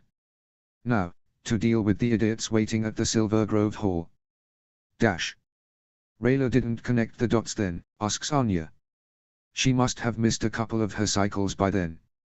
None of us thought more of it, and she didn't get sick again during our stay. Though she did say Ethery's moonberry pie smelled funny. So, moonberries. Then what? We returned to Catolis. Dash. Ezran meets them at the gate, as always. It was a nice December day. Callum, Rayla, welcome home. He hugs them. It's good to be back, says Callum, letting go to turn his horse satchel. Got something for today's dinner. From Ranan and Ethery. Moonberry cider. Ezran takes the bottle, uncorks, and the sweet smell goes everywhere. Good harvest, but 1 bottle will be enough. We still have full crates of Fireberry ale Aunt Amaya brought from her last visit to Luxora. Wasn't her last visit like 4 months ago? She brought a whole cart. We have enough ale to last well into the next year. Isn't that Queen Jane's favorite drink? Rayla points out. Ez and Callum nod. And they insist to have nothing formal between them. At least nothing stated on parchment, but they both seem content with their arrangement. They are as serious about each other as they can be, answers Ezran. Taking into account their duties with their kingdoms, it's a complicated situation. A general and a queen, I mean. They make it work. Ezran interrupts his brother, a tad stronger than he intended. He softens his voice. Let's just leave it at that. Your Majesty, a young page says, stopping abruptly in front of him and a little out of breath. His bow is a little sloppy. I'm sorry to interrupt, my king, but I was told to. I know. Coming, Ezran ruffles the kid's hair and then turns to Callum and Rayla. Kingly business to attend. See you both at dinner. He passes Rayla the moonberry bottle and leaves. Did Ez seemed weird to Rayla? Okay. Yes, I'm fine, just cork this and let's go. I need a bath, a nap, and change of clothes before dinner. She shoves the bottle on his hands and quickly goes inside. Maybe he was imagining things, but she looked a little green for a second. // Later that evening, on their way to dinner, they were stopped by a very unpleasant person, Councilman Lord Friggan. Ah, Prince Callum. Welcome home. I hope you and the princess had a nice trip. Callum side glances at Rayla, who shrugs. No offense, Lord Friggan, but what do you want? What do you mean? I asked first, Callum says. It's no secret you are not one of my wife's greatest fans, so to include her in your greeting is shady at best. So I ask again, what do you want? My prince, I assure you. Save your lies and fake cordiality, Friggan interrupts Rayla, making emphasis on the old man's name, no title. Don't make us waste our time. Answer my husband's question, what do you want? Friggan's jolly expression turns sour, like he was smelling something rotten. It was pure unaltered disgust. Fine, if you insist, your highness, he mocks her and then addresses Callum. I want you to call off this king tour nonsense your brother insists on having. No, he answers. Simple and to the point. Anything else? Friggan gets red in the face. No. Just like that. He is king. I won't go against his wish. Less even cause it was my idea originally. The redness increases. Rayla thought he looked like an old pomegranate. Have you any idea what you started? What you instigated? The king can't be paraded around like a buffoon, less during this dangerous times within the kingdom. Dangerous? Rayla intervenes. This is our most peaceful times, within and outside our borders. Peaceful? With all those elves going around freely as they own the place. A vein pops in Callum and Rayla's foreheads. This is, in fact, the most dangerous times in Katolis. Elves eep.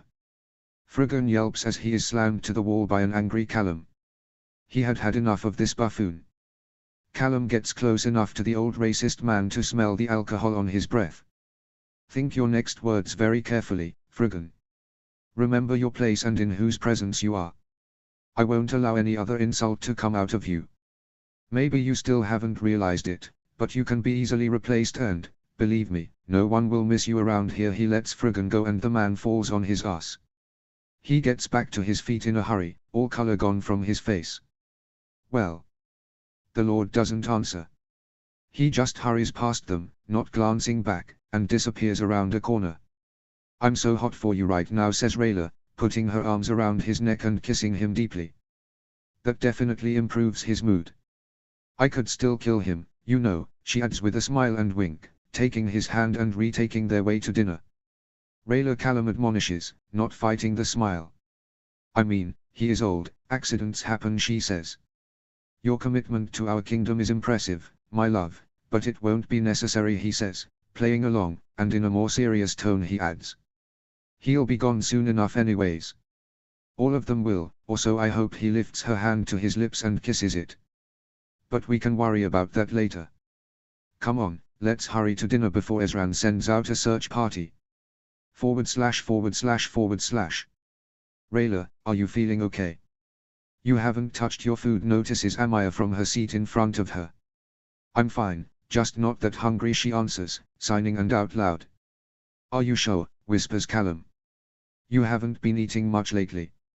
Since we were last at Silver Grove at least. She covers his hand with hers over the table. I'm fine, I promise. She goes to drink from her untouched Fireberry ale. The smell alone made her nauseous, but she drank anyways to prove all was well.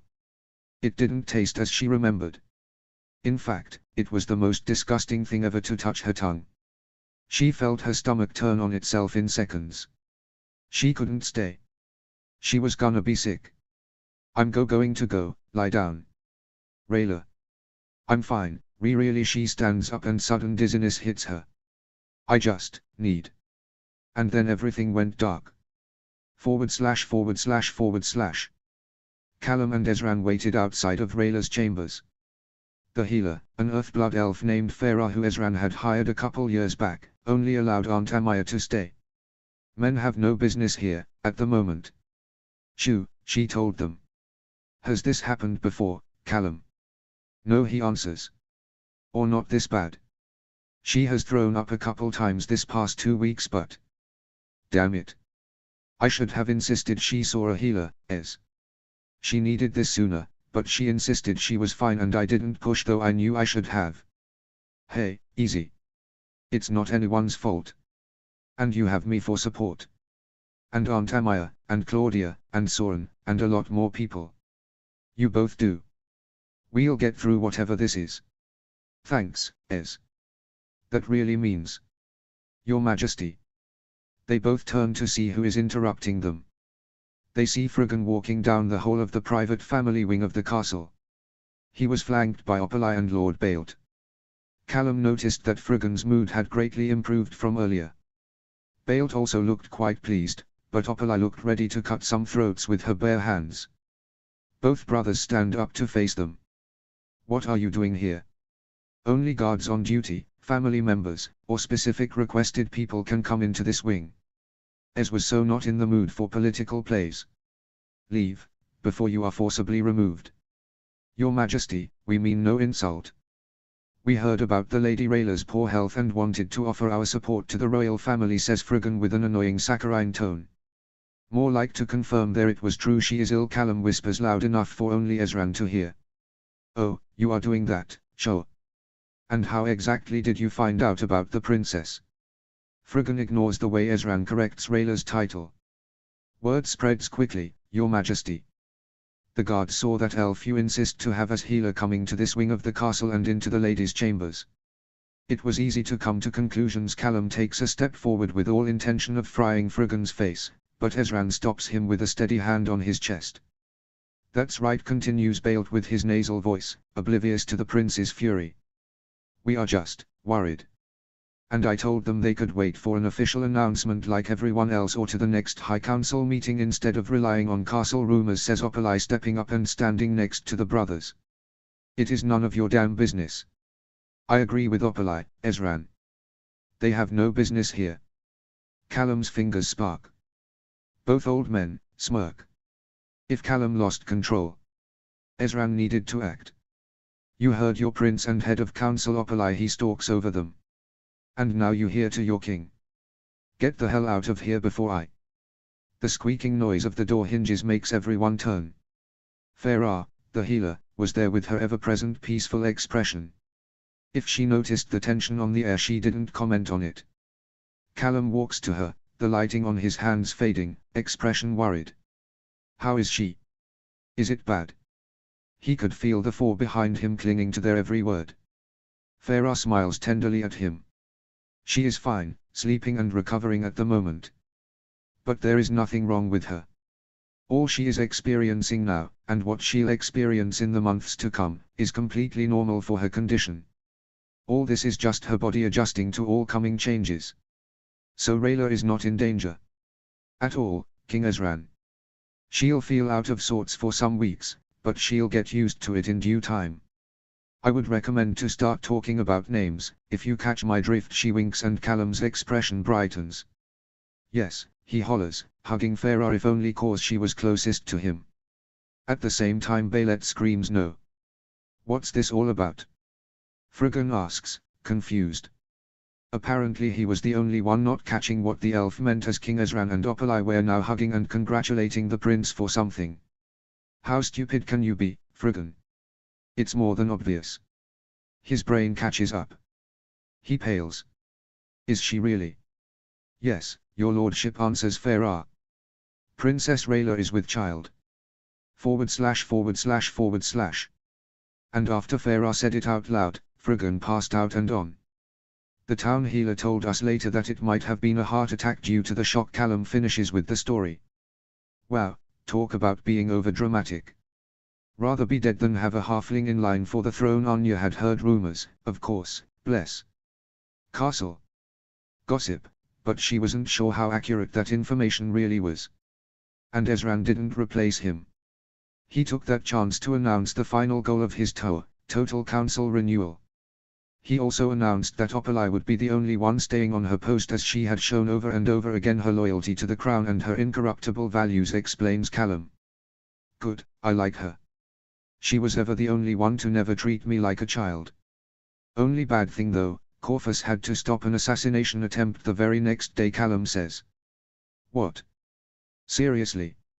Yes, but it's Corvus.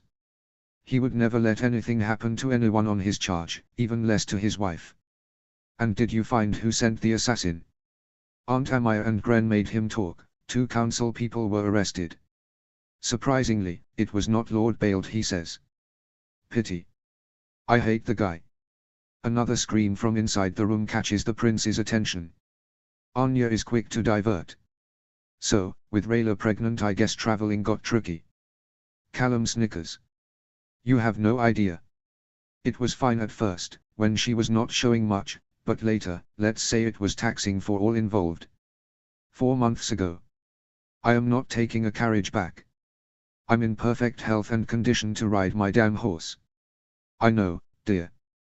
Besides, a carriage is slower and bumpier and more prone to accidents on the road than traveling on horseback. Of course, sweetie. And I refuse to have this discussion every time I'm required to travel. Yes, my love. Rayla looks at the 3 individuals in front of her, her husband and her parents. Are you being condescending with me? No, all of them say together. But Callum adds. The carriage Zubia gave us is top of the line and we are in no hurry, so why not enjoy it? Because I'm 4 months pregnant and not an invalid. She stomps her foot down. Callum would never say it out loud, he valued his life, but Rayla looked too adorable at that moment. Rayla, honey, Tiundrin intervenes instead, voice soft. I know what you are going through and yes, it sucks, but you have to realize it's not just you anymore. Rayla sighs, her hand going down to rest over her baby bump on instinct. For a 4 months pregnancy, on estimate, she was bigger than average. I know, Rayla insist. But I can't just be treated like I'm made of glass. I'm a trained assassin and former dragon guard, for crying out loud. Rayla, my love, says Callum, stepping up. If I've treated you any different, I'm truly sorry. You are definitely not made of glass. You are the strongest, most amazing person I've ever met, but he puts his hand over hers on her belly. Where you are not glass, this baby is, and the same way I will never let anything happen to you, I also don't want anything happening to them. Not like you do, never. But maybe avoid unnecessary risks. Rayla's mom steps away silently. She was not needed there. Callum was good at it, and, though it pained her that he knew her daughter better than she ever will, it also made her happy. Very happy. I hate it, you know. When you make sense, she says, and Callum beams. She rolls her eyes and then touches her forehead to his. Just promise me you won't keep overreacting and we'll go in the carriage this time. Only this time. Fine, for long journeys. And I decide what is a long journey. It's fair, he concedes. And give me a break, yes. All of you. I may be a double now, but it's still my body and I know it better than any of you. Also fair, says Callum. I'm sorry if I treated you any less than you deserve. Apology accepted. She kisses him and smiles. Don't do it again. / That's actually quite cute, says Anya, and she sighs. If only all the suitable suitors I've met so far were a little like you. If only. No luck, huh? You and Ezran are tough cases. You have that in common. If Callum hadn't being so focused on the door of the room, he would have noticed Anya's hurt expression, though it only lasted for a handful of seconds. He is kind of dodging the topic for now, or with his tour so soon and the council renewal, but he is 22 now. He doesn't have that much choice in the matter about it happening. Not like me. Kings and queens not always can marry out of love. My mother's and your stepfather are rare cases. And have you considered an elven union? Your court wouldn't be as opposed to it as in Catullus. Her loud laughter surprises him. Good one, Callum. He frowns. Don't get me wrong. I'm not against it, and my advisors have actually dropped a couple hints about it as an option. Our Zadian border towns have a high rate of halfling weddings and births. In fact, I encourage it, but for me, she sighs. Not all elves are like Rayla. What do you mean like Rayla? Willing to marry royal. How is that different from O? You get it. Yeah, I guess I do. He smiles, thinking back on his original reasons to not propose all those years ago. The responsibilities that came with the crown were a huge deterrent. Anya was right. Not everyone was like Rayla. Lucky me, I guess. And lucky her, says Anya, and adds. And lucky baby. You got my gift for the little one, right? You mean the many bows and arrows?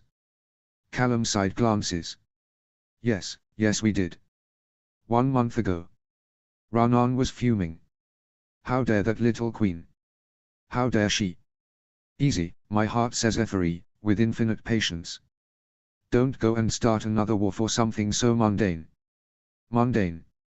We were supposed to be the ones to give the baby their first weapon set.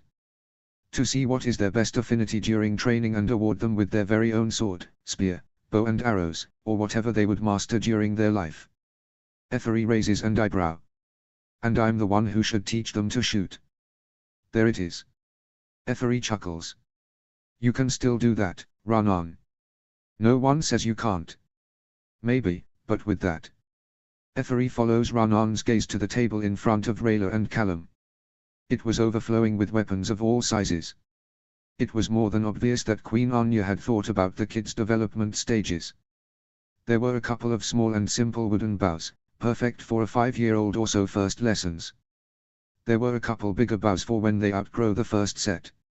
Another pair of short bows and longbows for tricky and long-distance shots for when they were ready for something more advanced, and so. Also, every weapon came with its respective set of arrows and protection gear. Ethery even recognized a crossbow with a box full of iron bolts. He made a mental note to never get on the Queen of Duran's bad side. Look at all that. It seems like overkill to me. Rhiannon keeps on complaining. But look at Rayla. I think her opinion on the matter outweighs any other, my love. Cause Rayla was beaming. Looking closely at every bow and arrow and admiring the artisan's work and details. The millimetric precision, the bow tension, the sharpness of each arrowhead. All wonderful. Look here, Callum. She made the weapons maker leave enough space to carve out the baby's name. So thoughtful. Dash. By the way, what name did you choose? The perfect one. And no, I'm not telling yet. Anya pouts. Spoil sport. Dash. You will be the best archer the lands have ever seen. I'm sure Uncle Rhiannon is dying to train you. Rayla looks up at her uncle. Are you sure you still want them to learn with me? All those human-style weapons. I don't have the experience with them. You have 5 years to practice then, says Callum. You know Rayla won't change her mind. Also, no one better to teach them how to use an elven bow. He is right, Rhiannon. Rayla continues. I'll teach them how to use a sword, Callum will teach them magic, Ezran how to sneak around the castle to steal jelly tarts, and you how to shoot. Rayla wants them to be the first half-elf general of the Catolan army. It's not what I want, Callum, more of what I would like. He face softens. Whatever you want to do, my baby, but either way you'll know how to defend yourself and kick some ass. .. That was adorable. Absolutely adorable, says Anya. You and Rayla will be amazing parents, Callum. I really hope so, Anya. The noises coming from inside the room become more frantic. If I'm honest, I'm freaking out. And that's how I know you'll be great. You care so much. How could I not? I love them so much. They stay silent after that. Waiting. An eternity later, Anya would later clarify it was more like 20 minutes, the door opens. Your Majesty, Your Highness, how are you, says the midwife's assistant, Nani. All good, Nani, just giving the prince some company. The young girl nods, and turns to Callum. I'm to inform His Highness that his wife is ready to push and that she wants hay. I'm still talking here, she yells after Callum, who bolted inside the room past her. Men. First-time parents. Don't you remember the apothecary? He forced his way into his wife's room. Weird cases.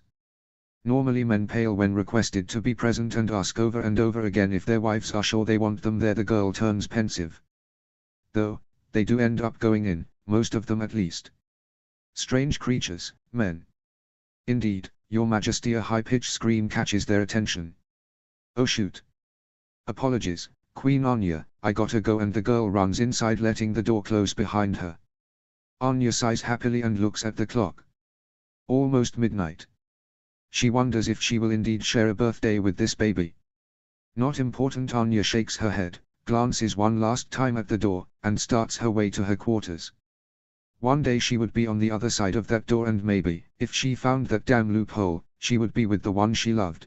/ Rayla was good at keeping secrets. It came with being trained as an assassin from a tender age. Assassins don't reveal information. They would first resist torture or die before saying anything. Anything but betray their people, comrades, and family. That's why hiding this surprise from Callum wasn't that hard, and seeing his face when he found out made it all worth it. I still can't believe you kept it from me. I wanted to surprise you. Are you mad? Mad, he smiles and leans down to kiss his exhausted wife's lips. I could never be mad about this. He turns to where Zaelra was cleaning and wrapping his son with blankets. When did you found out? When the kicks increased, she says. I went to Farah and she confirmed it. We were ready for it back home. So no one else knew. Just the two of us. Well, I had to tell Zaelra and Nani, of course, so they could be ready. Callum turns a little to the right, where a second changing table was set. Nani was there, busy cleaning and wrapping his daughter with a blanket. Twins. Callum turns to Rayla again, eyes watery. Twins, he repeats. They are perfect, like their mum. Rayla smiles a tired smile and sighs. I'm happy you think that, cause I'm not doing this again for a long time, you hear? I hear, whatever you want. You tell me when you feel ready. He kisses her temple and she knows he means it. Your Highnesses, want to meet your children? They nod enthusiastically. Zaelra gives Rayla the baby boy and Nani gives Callum the little girl, both showing the new parents the correct way to hold the little ones. I'll go clean up and then come back to see about the feedings, Princess Rayla. Are you sure you want to nurse them? Won't you consider a wet nurse? Not in a dragon's lifetime, she grins. / Can I come in? Anya. Yes, of course. Come in and meet them. Callum invites her in with quite the enthusiasm. It was noon of the next day. She was informed the babes were officially born a little after midnight, making their birthdays the 23rd of June. Such a short window. Oh well. Such an honor having the Queen of Duran be their first visitor, jokes Rayla from the bed. Indeed, she plays along with a curtsy. How are you feeling? Tired, says Rayla, looking at the two basinets next to the bed, but never better. They just finished eating, so they are sleeping, explains Callum, guiding her closer to the basinets. She looks in and gasps. Oh my. They are so cute, guys. They sure take after their mum. Their elven blood is strong. They got my eyes, though, says Callum, full of pride. And they also have 5 fingers and 5 toes instead of 4. She shakes her head at Callum and moves to sit on the chair between the basinets and the bed. So, who's the eldest, she asks. She is, by 4 minutes. And can I know their names now? Callum and Rayla exchange glances. She nods. I don't see why not. You are their godmother after all. Anya almost gets whiplash with how fast she moved her head back and forth between the two of them. You want me to, you are asking me? Do you really? You don't want to? Are you kidding? I would love to, and now she was crying. Thank you. It will be an honor. Who is their godfather? Ezran, of course, says a happy Callum. Obvious answer. Of course he would be. So, officially let me introduce you to Sarai and Aiden. Aiden. Not Harrow. We decided to leave Harrow open for Ezran, says Rayla.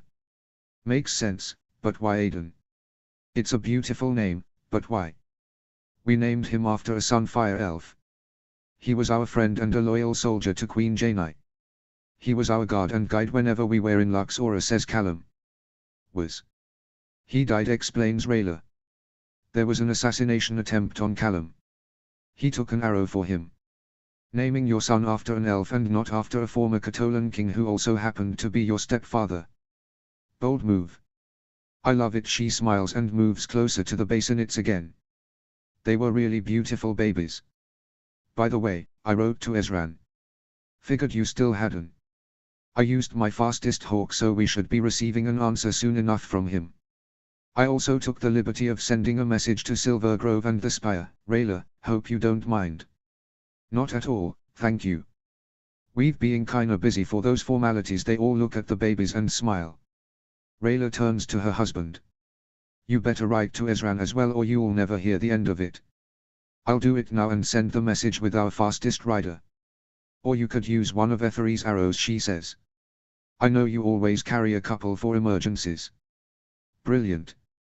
I don't know what I'd do without you, he kisses her on the cheek. You gonna be alright while I'm gone? Yes, you worry what, she laughs. Go, the Queen will stay with me, I'm sure. Okay, be right back. He leaves the room but not before kissing her and the babies one more time. He looks so happy it gets a little annoying, jokes Anya. Be glad you won't be on the receiving end of that smile for long, she jokes back. So, Your Majesty, any of this in your future? That's a given, she answers. I mean, I do have the duty to procure an heir for my kingdom. That's something I've always known and, to be honest, I do want to. I want to be a mom. My problem is who to do that with. If I'm not being impertinent, Anya, well, there was a rumor, says Rayla, testing the waters. They were about a lady of your court. That you two were, and I quote, awfully close and not too proper with each other. Rayla sees Anya smile sadly and sigh, like remembering good times gone by. What happened? For starters, she's gone now. Not dead, she adds quickly at Rayla's expression. Just gone. I cared for her a great deal, but not as she deserved, and she knew it. Evelyn is pretty sharp, and she got to know me better than most. She realized that, even if I did love her, I was never in love with her. She knew my heart is still pining for someone else and, well, who wants to be second pick, right? You are in love. Truly. Yes, she admits. And it sucks. Why? Because it can't be. No matter what I do, it can't. But you are a queen, reasons Rayla. And that makes it the more difficult. I don't get it, she shakes her head. If this person makes you happy, then why wait? Lord of Dragons, is it unrequited? Anya gives her a dark chuckle. No, it's not, and that makes it suck even more. Okay, I'm confused. You love this person and they love you, but you can't marry. Rayla makes a face. I don't get it. Just leave it at that. We can't. No. There must be a way, she insists. Rayla, drop it. Anya was starting to lose her patience. No. It doesn't make any sense. Rayla, Anya tries to stop her. She ex-assassin doesn't listen. Two people that make each other happy have to be together. Rayla, stop it. Anya's voice gets louder. But you are a queen. If you love someone and they you then. Because a queen can't marry a king. Anya explodes. Her scream is loud enough to wake up the babies. Shit. She runs to them, picks them up, and gives them to their mom. I'm sorry, I didn't mean to. Sorry. No, I apologize, counters Rayla. I pushed you. I'm sorry. They stay silent for a few minutes while the babies calm down and fall back to sleep. Rayla cradles Sarai in her arms and gives Aiden to Anya. Can I ask who it is? I think you already know. Rayla nods. It actually makes sense. Ezran. Anya nods. I see, and yes, it's complicated, but I don't think it's impossible. Well, I've been looking for the loophole for 2 years and still nothing. For a queen to marry a king, one of them would need to abdicate their throne. I can't leave Duran, I have no heir, and Ezran won't do that to Callum. She looks at Rayla. You get it, right? If that were to happen, Callum would be king and you his queen, and these little ones first and second in line for the Catolan throne. Ezran knows that's not what you guys want. He also doesn't want that. Rayla nods. Anya was right. All that situation was one big political clusterfuck. Please don't tell him she hears the queen talk. What? Rayla, please, as your friend I'm begging you, don't tell Ezran about this conversation. / Don't tell Ezran. Anya, a queen, begged for her not to say anything. And of course she agreed. But not telling Ez also meant not telling Callum. If Callum knew, he would eventually tell Ezran. Mostly cause he would act weird around his younger brother and end up spilling the beans from the pressure. She sighs. She couldn't help it, it had to be done. Lucky her, she was good at keeping secrets. When Callum comes back a couple hours later, Anya was already gone and Nani had taken her place. It was feeding time once more. How's everything? He asks, getting closer. Excellent, Your Highness, answers Nani, holding Sarai. This little one just finished her meal and Mom is busy with the prince. Want to try and burp her? Yes, he says immediately and reaches for his daughter. Nani helps him position the baby in his arms. So, keep her like this. Now, don't pat her back, it just moves the milk around and they could throw up. Just make small soft circular movements with your hand on her back. Callum does as instructed. Yes, like that. You are a natural, Your Highness. She turns to Rayla. All going well, Your Highness. You've seen me at my worst, Nani, I think you can just call me Rayla. Oh no. I could never, Your Highness. But I do appreciate the sentiment. The girl smiles. I tried. Rayla shrugs. And to answer your question, all is good with Aiden. He'll finish soon. Great. I think you can fend for yourself now, but I'll still come back tomorrow just in case you have any more questions. Zaira will come later to check on you, Princess, and a maid will be bringing a hearty meal for you as well. Gotta keep Mom strong and healthy as well. And the dad, teases Callum. Dad can do the dirty job, she says, glancing at the baby in his arms. Diaper changes, to start. Nani smiles and gathers her things. Gotta go. See you tomorrow, she bows and leaves. As soon as the door closes, Sarai starts fuzzing and making faces. A few seconds later the smell of a poopy diaper hits Callum's nose. Dirty work. All right. Let's do this, shall we, he tells his baby, walking to the changing table already set up. You'll do Aiden next after I burp him, laughs Rayla. They stay in comfortable silence. Rayla starts wondering if she should board the Ezran topic with Callum. Not directly involving Anya, but seeing if he had come to a decision about courting any of the options he has being presented. The king may not have a complete council at the moment, but Opalai makes sure to keep him on his toes about it. She was so into her thoughts that she misses what Callum begins to tell her. She shakes her head. Sorry, you were saying. That I heard some rumors today when I went to shoot the arrow with the message, he repeats. There were a couple guards stationed in that part of the roof. They congratulated us on the birth and we started talking. What did they say exactly? She moves Aiden over her shoulder to burp him. Nothing too sensitive, I hope. I would hate to be forced to silence someone. Callum smiles and shakes his head. He finishes changing Sarai's diaper and moves to the bed with the sleeping baby in his arms. Nothing that can be considered high treason, don't worry, he continues. Just some things married guys tend to wonder about. They were mainly curious about personal things. Rayla frowns and blushes. Don't worry, I shut them up on that with some lightning demonstration, but, before I left, they mentioned Anya. What did they say? Well, as we were on the marriage topic, they mentioned that the Duran Council is having a hard time finding suitors. That she will dismiss offers without even looking at them. That they hoped Lady Evelyn would be the one, only for her to leave court in less than a year. Now there's some internal tension cause she just turned 24. The ones that don't see a problem and the ones who want an heir to the throne.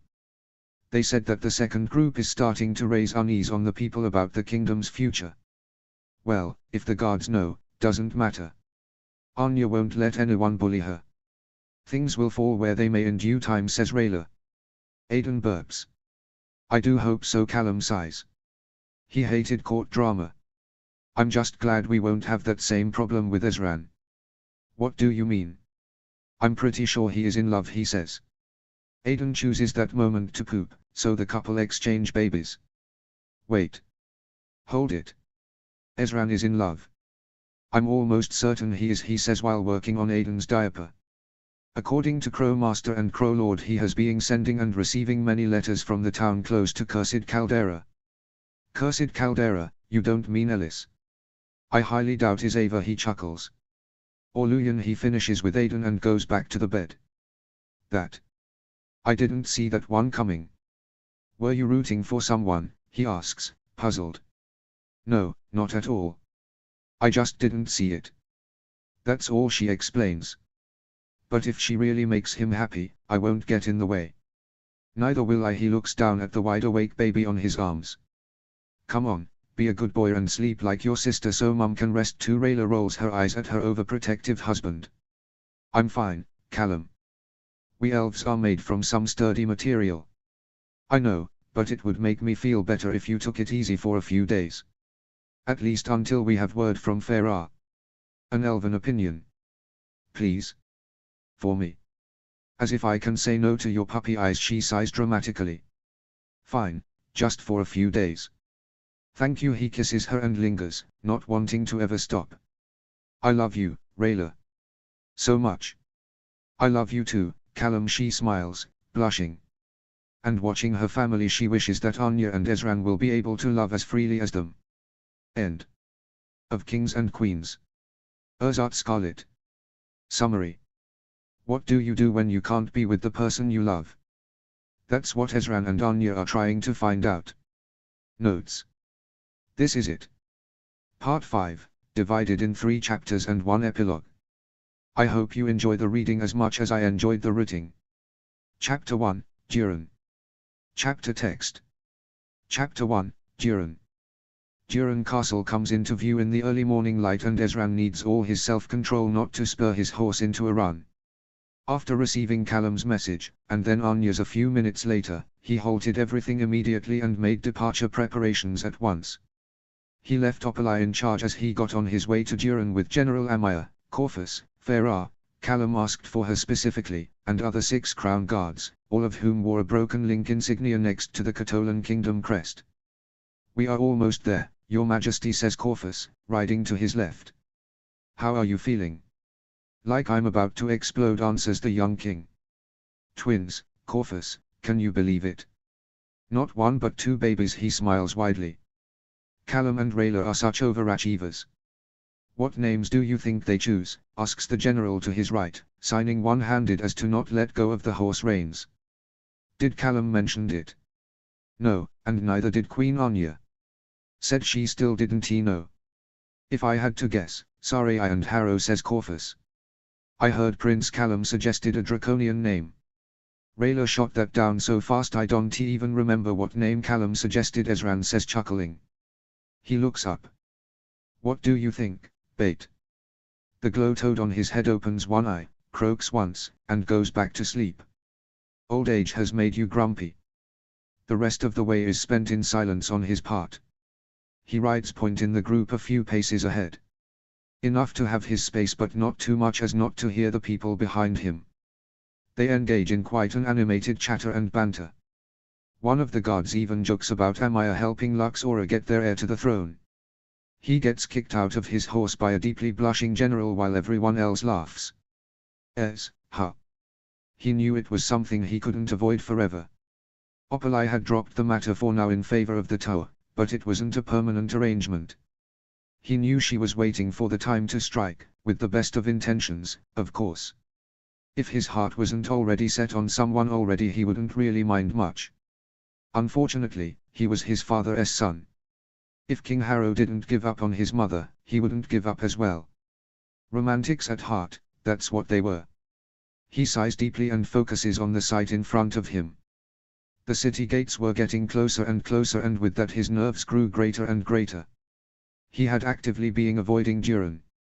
He used his tour as an explanation to ditch the last birthday ball and had come up with a wide range of other excuses over the last year and a half or so. But he had a reason, a very valid reason. A glorified excuse. Ezran, don't kid yourself, he mutters under his breath. The Katolan party rides into town. People gather around them, welcoming the group into their kingdom capital. Ezran decides to dismount and everyone else follows suit. Corvus takes his horse reins, and so he is free to interact with the townspeople. He feels more comfortable like this. He never liked the pomp and flair and the need to feel high and mighty of some monarchs. Kasef always came to the forefront of his mind. He remembered clearly how he looked so many years ago in the Katolan throne room, how he looked riding his horse, barely looking at the people around him. Ezran vowed never to be anything like him. Kasef's arrogance and need to feel powerful was his doom. Ezran shakes his head. No need to dwell on that. He focuses on the now. He is congratulated many times on his niece and nephew's birth. He shakes hands, tries and fails to accept gifts for him and his family, and buys a trinket or two that catches his eye at the marketplace. When they get to the castle gates, it's already close to noon. He hears the trumpets and drums typical of protocol for a visiting monarch's arrival while they open the doors for them. By this point Ezran is no longer nervous, not anymore. He is freaking out now. And again, there is a reason. A very valid reason. He gets closer and closer to it with every step. He can see her, waiting for them, for him he dares to think. She is there, standing tall and regal in a dress only fitting for the Queen of Duran. Her golden hair is loose and it frames her face perfectly. The crown sits comfortably on her head. Ezran stops in front of Anya at arm's length. He lifts Bate from his head and gives him to Corvus to then bow first as protocol dictates. Queen Anya, he greets her. Long time no see. King Ezran, she greets back with a curtsy. Welcome to Duran. .. He thought not seeing her would be enough. He thought not talking to her would be enough. He thought distance would be enough. He was wrong. He still felt as strongly as during his 21st birthday ball. How could he not? Anya was just so, he forces himself to act proper. Ezran needed to get his bearings. After all, he had vowed to bury it all until he found that blasted loophole that would allow a king and a queen from different nations be together. .. 1 year, 3 months, and 2 weeks ago. He needed some fresh air, but the balcony, his balcony, was taken by Callum and Rayla. 2 months into their marriage and they were still in what Claudia had called honeymoon stage. In short, they were gross. He needed another escape. Something that wouldn't look suspicious. Something that looked natural. Something that didn't catch anyone's attention. And then my darling Lucille, so precious, bless her soul, you know what she did. Sweet girl takes off her shoes and follows the ducklings into the pond. Something that would take him the hell away from the lord in front of him, currently listing his eldest daughter's best qualities. The man dries an invisible tear from his eye. I'm sure my Lucille will make a fine mother and wife one day. If Ezran didn't sigh dramatically while rolling his eyes and said something rude in response, it was only because he was raised right. Yes, sir, I'm sure she will. He clears his voice to take the edge out of it. Any man would be lucky to have her. The Lord's eyes sparkle as he grins kind of wickedly, and Ezran regrets every life choice ever made that took him to this moment. Screw young, well-behaved, and mature for his age king. If that man even dared to try to set him up with his daughter, he was going to drill him anew. Your Majesty, a voice cuts in. I've been looking for you the whole evening. Both men turn. Ezran beams, the Lord frowns, and both bow to the lady. Queen Anya, Ezran greets, taking her gloved hand to kiss it. I'm glad you could make it today, Your Majesty. How could I not? It's your 21st birthday. This one is extra special, and yes, both monarchs turned to the still present lord, who had cleared his voice, loudly, to make himself heard. I believe we weren't introduced, he says with an over-the-top bow. I'm Lord Linus of Katolis. My lands are just outside the east gates of the city. Strawberry fields. The castle uses our harvest to make the jam for the chef's famous tarts. My older son takes care of the land administration. A bright and strong young man, Mylindro, but still single. Waiting for the right lady, he says. Maybe Her Majesty, Your Majesties. Lord Linus looks around and notice he was left talking with himself. Well, that's rude. /////. Did that man just try to set me up with his son? Yes, he did. As he also tried to set me up with his daughter. Ezran pulls her a little closer as they dance. The nerve, they look at each other and laugh. Will you do something about him? Nah, he is harmless. A bit of a social climber, but not so bad deep down, just exasperating. Anya chuckles at his overdramatic sigh. But his lordship is, in fact, one of the oldest in the kingdom, and they do provide the finest strawberries on this side of the border. Anya gives him a lopsided smile. Saved by jelly tarts. Really? Everyone has a weakness. He shrugs and makes her spin. You did look ready to kill him, though, she says, changing the dance pattern and taking the lead. That's one reason I interrupted. Nor kill, just break his nose and claim it was an accident. My fist collided with his face, he clarifies. Thanks, though now he spins. So, what's the other reason? I need to breath, she whispers, getting closer still to him. I'm starting to get anxious around here with all these people, but your brother and sister-in-law are hoarding the balcony and the garden access is also through there. I'm not exposing myself to whatever is happening out there just for a walk in the gardens. Well, it's not like someone is making you stay the whole night. Unlike me, you can make your excuses and leave for the night. And be the talk of the castle tomorrow. No thanks. You know no one can really leave before the host, and that you, said host, can't end this before midnight. Both of them sigh. Stupid unwritten social rules, they spin again. So, what's on your mind, my dear queen? Secret passage, she answers. You showed it to me once, but can't go alone. Ezran smiles. Lies, he says. It's the easiest access in the castle, if you know where to look, of course. I know you know its exact location, and the door latch can easily be operated single-handed. You definitely don't need me. Anya raises an unamused eyebrow. Ezran, sense the tone, she deadpans. I'm asking you to come with me. Ezran trips but covers nicely and falls into the next step of the dance. Anya, we can't just disappear together, he whispers back, making sure no one is listening. He sees that no one is even looking their way. Still, he says, if someone notices our absence, the gossip would be merciless. I can hear it already, that Queen Anya gave me a very special gift last night. You make it sound so bad. She raises a hand to avoid Ezran from interrupting. As if someone would notice. At this point of the night, people are too drunk, hooking up, or too entertained to care. She stops their dance at one of the corners of the dance floor and lets him go. She starts walking and Ezran has no other choice than to follow. They were a few feet away from the tapestry that hid the secret entrance into the castle walls. Anya stops next to it and turns to look at him. Also, she adds softly. I wanted to spend some time alone with my best friend on his birthday without having to watch my words or look over my shoulder. Ezran smiles at her tenderly and then scratches the back of his head. He sighs overdramatically and walks closer to her.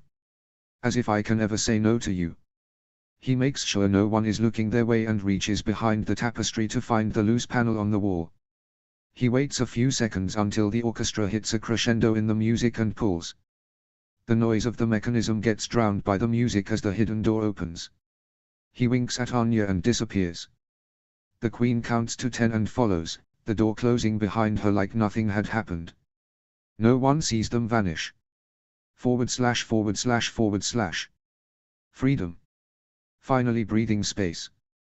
I've always liked the view from up here, says Anya, grabbing onto the parapet and leaning a bit to the edge. I agree, but could you please not do that?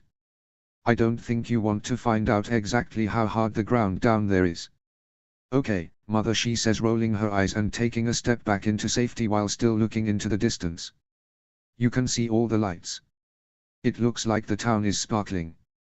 Ezran smiles, finishes closing the hidden door, and joins her on the parapet. Callum has several paintings of the city from this view at different times of the day and seasons, he says. I'll tell him to show them to you and maybe you can convince him to let you take one home.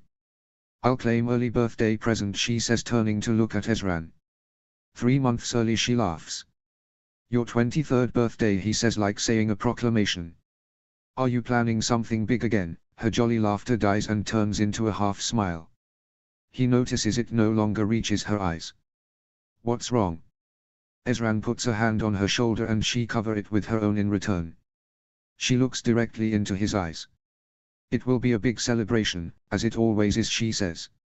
A festival day for the people and a fancy dance party for the high ends of society.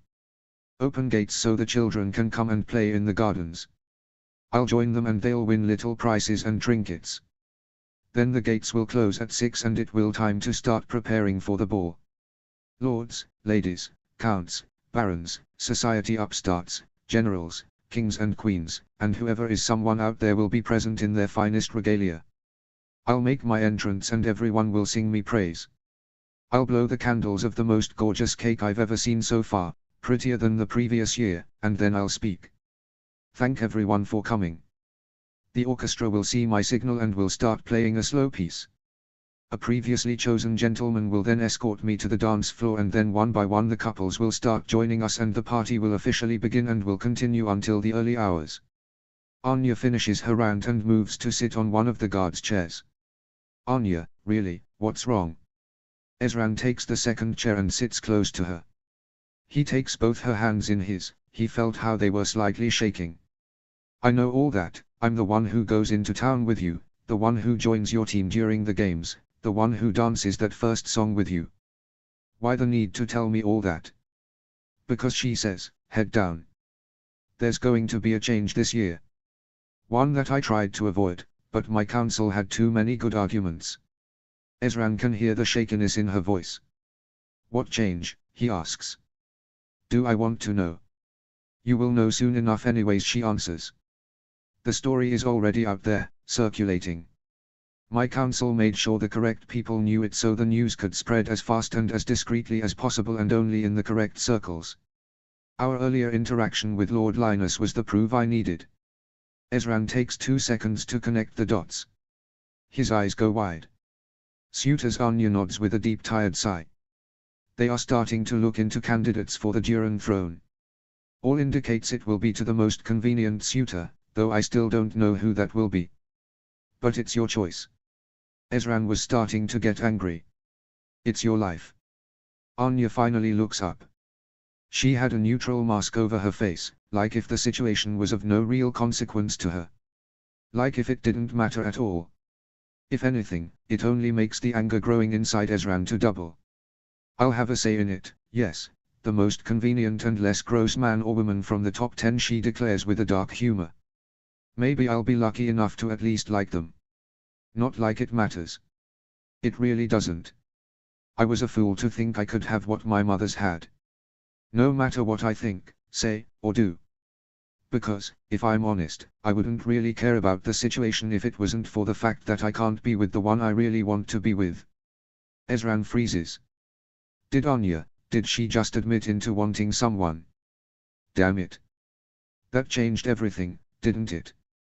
He couldn't let Anya marry for convenience. Not when she. He couldn't think about that word. Not when it was obviously not for him. He takes a deep breath. Screw his happiness. Anya had a shot at happiness and he would help her get it. Yes, you can. Ezran raises his voice and stands up. Yes, you will. I'll make sure of it. You, Anya, Queen of Duran, will marry out of love, she frowns. Bold declarations, Ezran, King of Katolis, she mocks. And how the fuck do you plan to achieve that, exactly? Say you will marry me. A long silence. Color starts to come back to Anya's face. What? Ezran deflates and sits back down. I'll be your smokescreen, he declares and feels his heart breaking a little. With me by your side no one will even try to get close. Something like what Claudia and I did for Callum and Rayla. As people think we are together we can make time to think how you can be with the one you really want to be.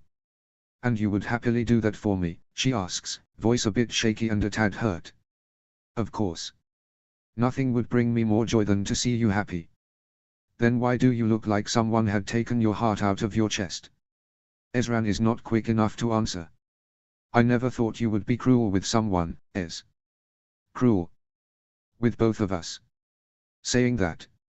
Making me believe, even for a second that I, if only. Wait, you don't mean to say, me, now she is the one who is not quick to answer. Gods, Anya. Look, Ez. Let's just leave it like that. We both can't be seriously talking about this. But I'm serious. Now I am. He stands up again. Forget all I've said the last couple minutes. That is not what I really feel. Gods, this is so not how I planned to do this. He kneels in front of her and is relieved when she lets him take her hands. I'll be direct, I love you. She takes a quick breath in. He smiles tenderly, looking up at her as if she was the only one that ever mattered. I planned a walk in the gardens at sundown, your favorite time of the day. The bushes would have been full of flowers of all your favorite colors. I planned to cut one and put it behind your ear while telling you how beautiful you are. I planned to cup your face with my hands and bring our foreheads together, and then, being so close, I would whisper those 3 words, loud enough so only you could hear them. I love you. Then, if I was lucky enough for you not to push me away, I planned to kiss you. Ezran. Her voice fails, some tears fall. I'm in love with you, he continues when Anya doesn't say anything else. And I'll do everything in my power to make you happy, if you'll have me. Anya stands up, pulling him to his feet. He was taller now, so she had to look up. She smiles at him and, even with the tears, her eyes smile as well. You are an idiot, she says before kissing him. Anya starts pulling away after a few seconds into the kiss, but Ezran doesn't let her. He lets go of her hands and moves his one to the back of her neck and the other to her hips, keeping her close. Her hands move to his chest and then up to the back of his neck. It's a long, slow, deep kiss. When the kiss ends, they are both out of breath. Anya untangles her hands from Ezran's hair and again moves them to lay over his chest. She can feel his heartbeat, fast and strong. You idiot, she repeats softly. He laughs. You had to say it. I've loved you since I was 16, Anya. It was due time I said it. He hugs her close. And now that I know you feel the same, she pushes Ezran away, breaking his embrace. Wait, hold it, she says. I haven't said anything of the sort. Yeah, right. And that kiss just now was out of pity, she blushes. Don't go and deny it now. I won't deny it, she says. Ezran moves to hug her again, but she stops him. I also won't confirm it. Ezran looks at her confused. I don't understand, he says. I'm getting mixed signals here. Anya takes a deep breath to calm herself. Come, sit with me, she guides him back to the chairs. Tell me, who are you? What do you mean? I'm Ezran. And your title? King of Katolis. Anya nods and continues. Who am I? Queen Anya of Duran, he answers quickly, knowing now what she wanted to hear. Exactly, she says. I'm queen, you are king. See the problem? I'm not so sure. Let's put it this way, she continues. Lords have lands and people they are responsible of. They see and prioritize their land's interests. Marriages between these kinds of families are common, be it that they use this to expand their influence, power, close a commercial deal, or whatever reason. But what happens there? Well, normally the family with less influence sends their daughter or son to live in the new lands. Now, this bride or groom becomes an active part of the management of their new home. Forgotten are their family's lands. Now the only concern is this new place. New people. New fealties. New responsibilities. You see where I'm going with this? Sadly, I think I do, he says with a sigh. We are king and queen. We have land and people depending on us. If we were to marry, one of us would need to leave their kingdom to go help rule the other, and I won't leave Duran. She makes a pause. Truth is, I can't leave Duran. I have no heir. If I were to abdicate, the next in line to the throne is this distant cousin who actually lives in Delbar because his side of the family ran from Duran some decades ago to be far away from the Zadian war. If I left, it would be chaos and anarchy in Duran. She lets this sink in. Then I'll go to Duran, he declares. After gathering the new council and getting everything in order, I'll make the declaration and and force a crown they never wanted on Callum and Rayla. She takes one of his hands and squeezes. You say that now in the heat of the moment, but I know later you will think about it and you won't do it. Ezran closes his eyes tight. No, he finally agrees. I wouldn't do that to them. I made him my heir so he could have enough political power as ambassador and to solidify his stance at court. Not for my selfish wishes. He looks down feeling defeated. I guessing a merger is also out of the question. You would be right. Just thinking about the logistics and political tension makes me want to throw up. But it could work. I wish to say yes, she answers. But the other 3 monarchs in our alliance will go against it. It could mean war. And going to war for something like this only works in fairy tales, she sighs. No, out of the question. This why you said it, right? All these is why you said you can't be with the one you want, why you and me can't happen. Yes, she says simply. No, there must be a way, he insists. A loophole, something. If there is, I never found it. And believe me, I looked. Ezran smiles at her with sadness in his eyes. Since when have you been looking? She returns his sad smile. Since I turned 19. Anya stands up, leaving Ezran with his realization. This is unfair, he complains. Life normally is, she says. We have been gone from the party for long, don't you think? It's time we return. If Corvus is not here looking for us, then it's fine. He also stands up and hides his hands in his pockets. So, what now? Well, we try to go as if nothing happened, she says. Of course, now that I know how you feel, I think I'm going to fight my council about the suitors issue. The reason I didn't at first was because I honestly thought my feeling went unrequited. That means they are going to face a little bit of hell. Ezran laughs. You do that, I'll look on my side. Maybe Duran law is against it, but Catullus law may have something we can use. I hope you are right, she caresses his face. I'll be going back to Duran as originally planned in 2 days' time, and I expect the next time I see you to be during my birthday, but I won't blame you if you decide you don't want to go. I won't miss it for the world, he says. Anya frowns at his tone. He was planning something already, she knew him too well. Ezran, whatever you are planning, I ask you not to do it, she says seriously. Planning? Who says I'm planning? He stops when she frowns and crosses her arms. Okay, fine. I won't do anything. Hey, Ez, look at me, he does. I want you to promise me something. Don't ignore the chance to be happy just for me, because I won't. If I meet someone who I know is worth it and who can make me happy, I will take that leap. Please don't stop living because of me. I care too much for you. You won't say those words, won't you? Not if they have no future. She takes his face between her hands to look directly into his eyes. I promise you this in return to you, Ezran, I won't say those words to anyone unless I truly mean them. For the time being, they belong to you. I'll pray the time comes when I can freely say them, but I won't hold my breath. She moves to hug him. You are still my best friend, Ez, I don't want to lose that. Ezran hugs her back. You won't lose me, ever, I promise. // Present time. The memories hit Ezran like a horse kick to the chest. They stayed in contact, of course, but apart from that first birthday ball, Ezran limited their interaction to letters.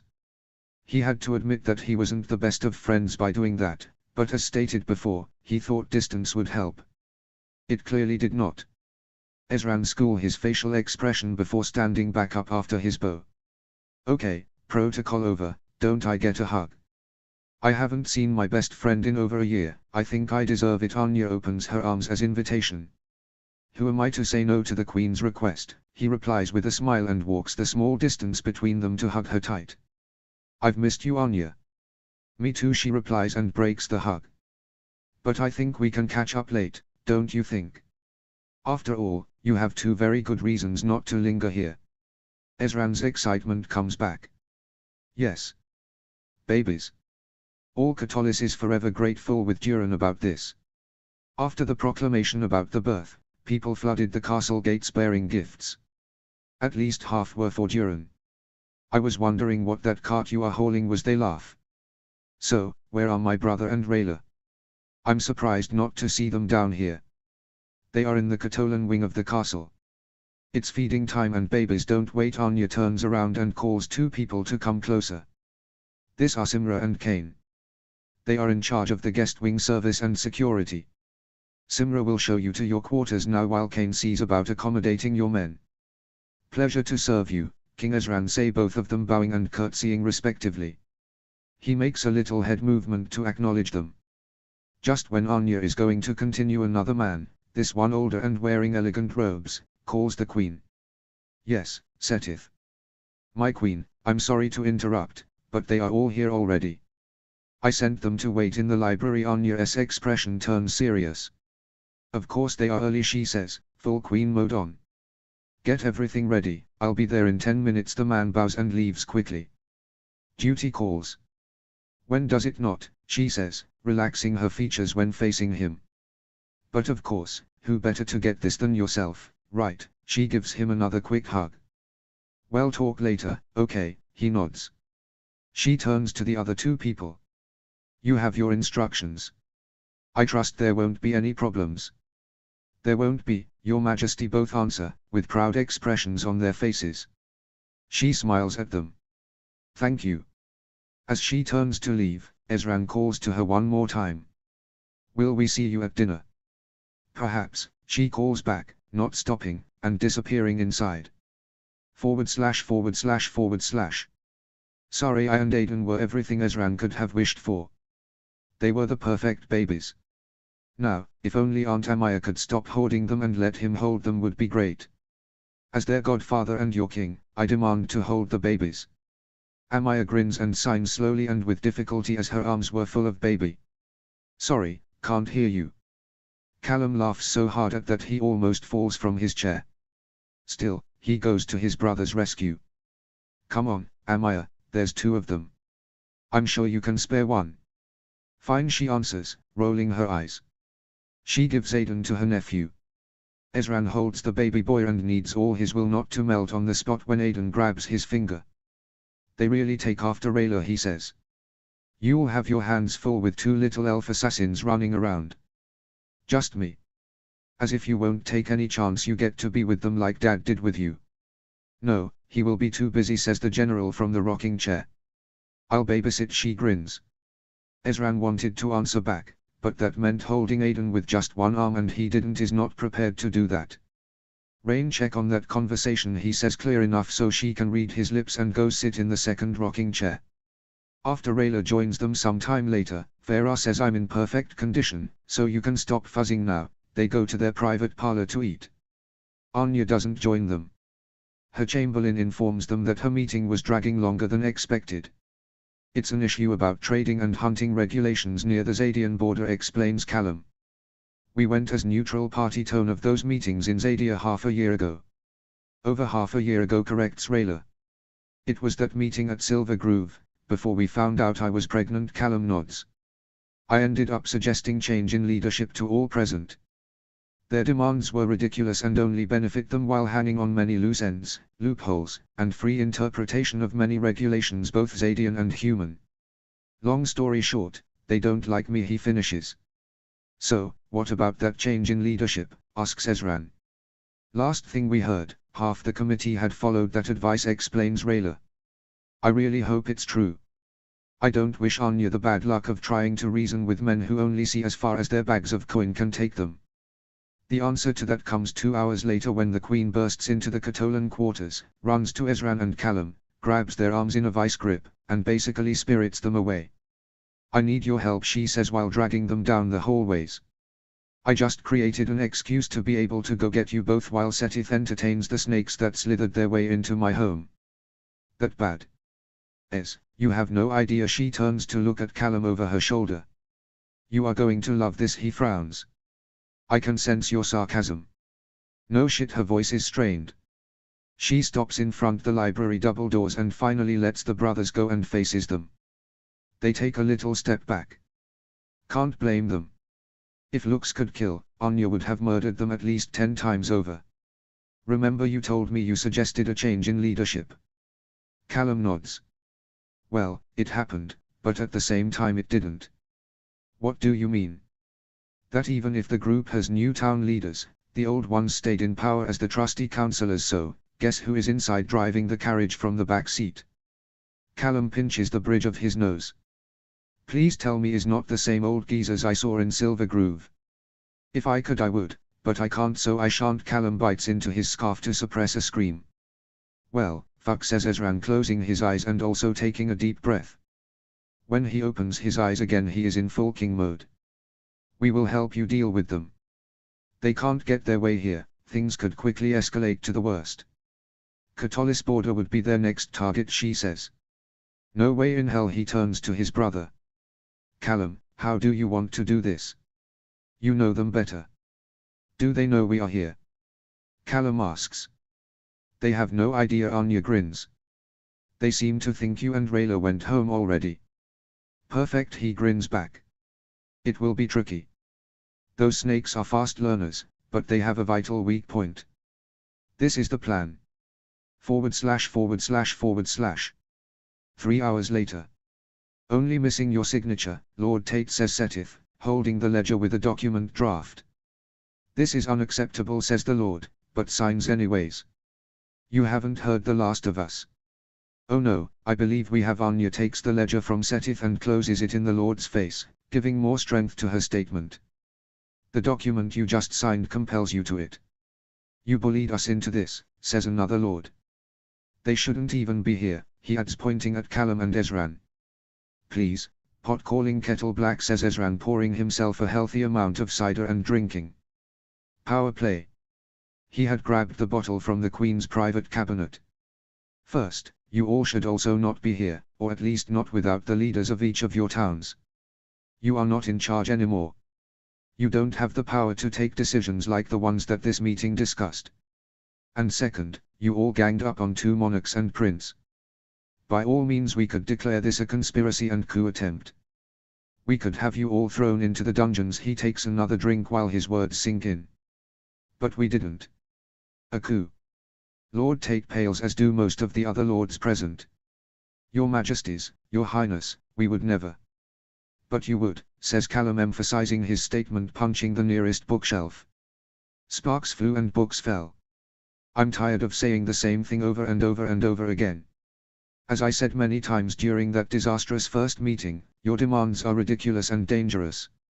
It would be a grotesque invasion of Zadian territory, putting their natural balance and economy at risk, and you want to do it with a royal permit.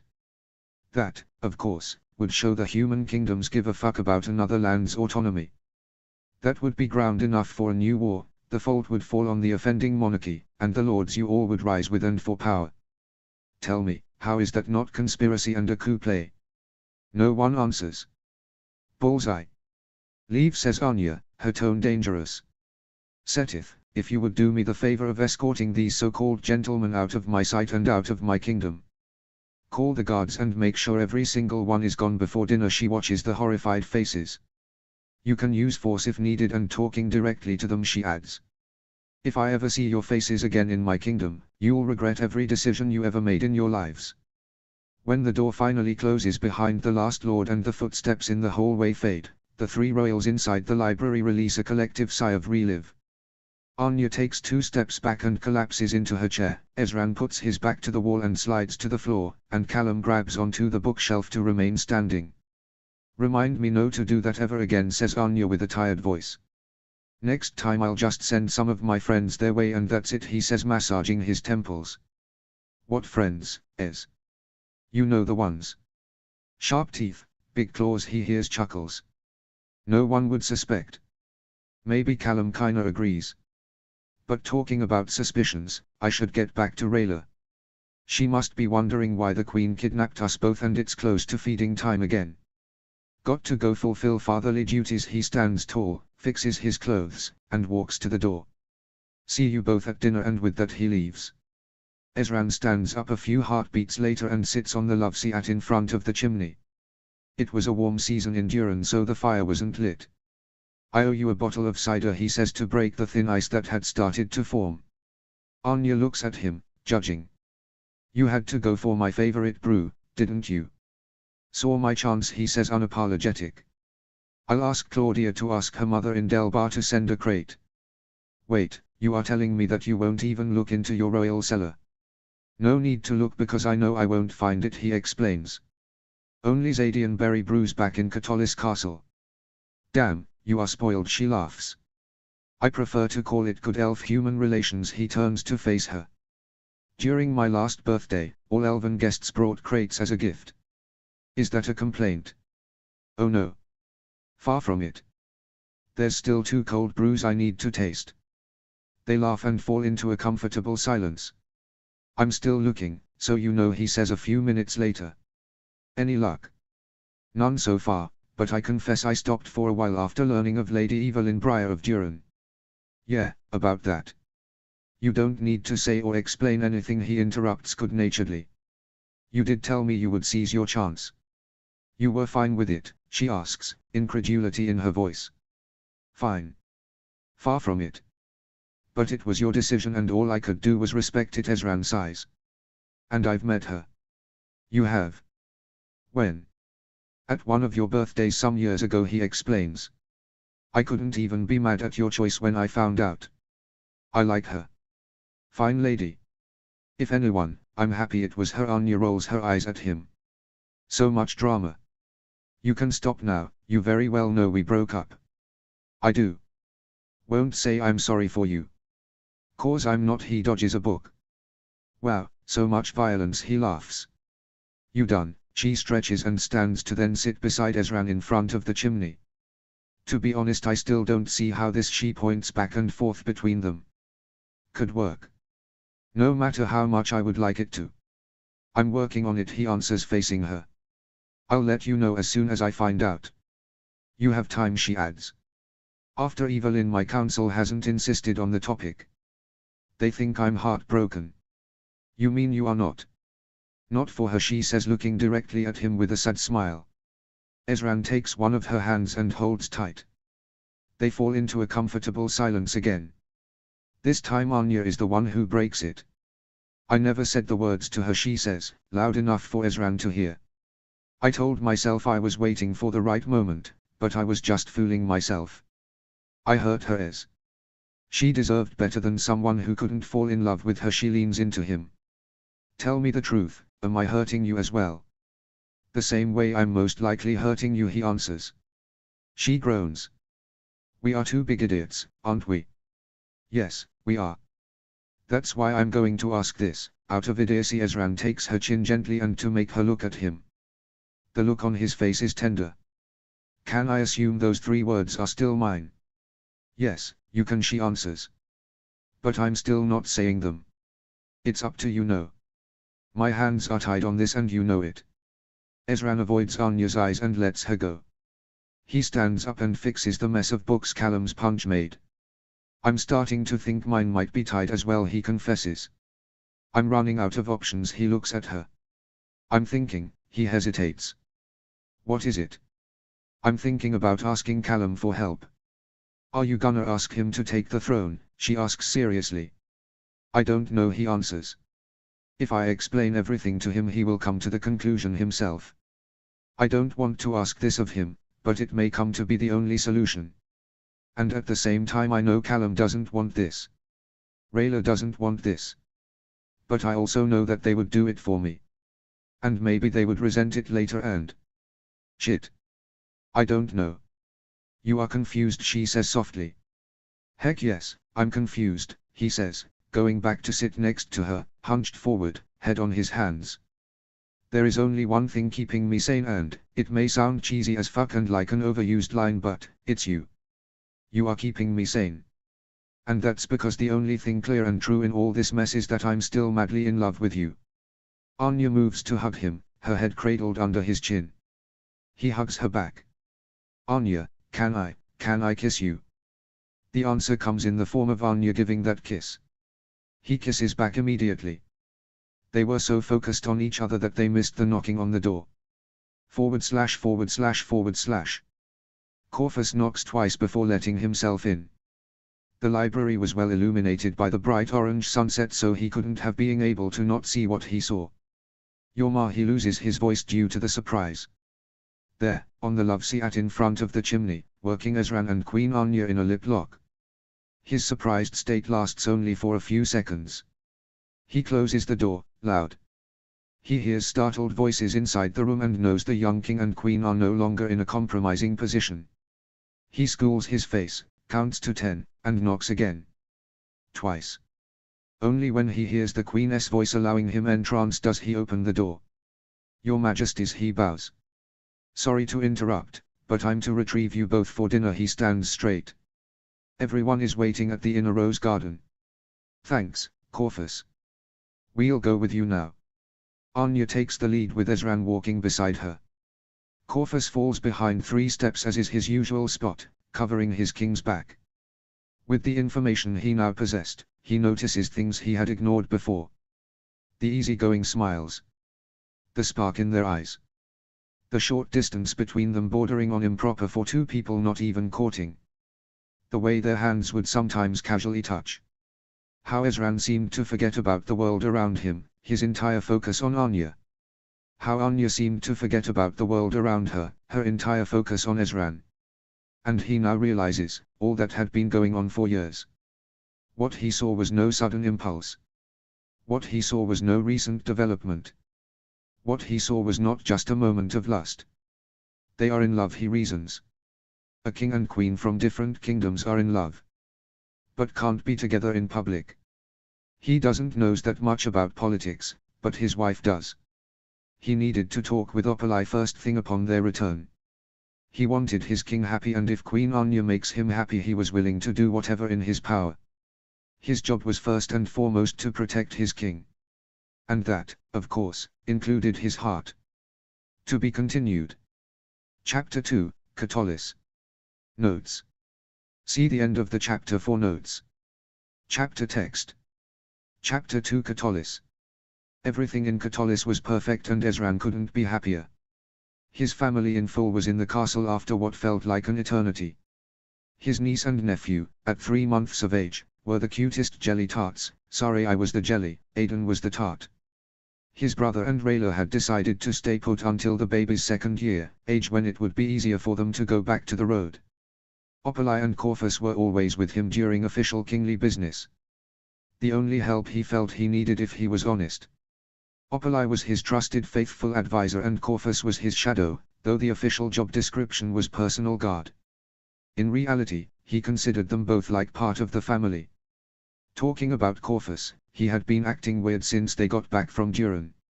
He asked, of course, but every time he would answer with "Don't worry, Your Majesty.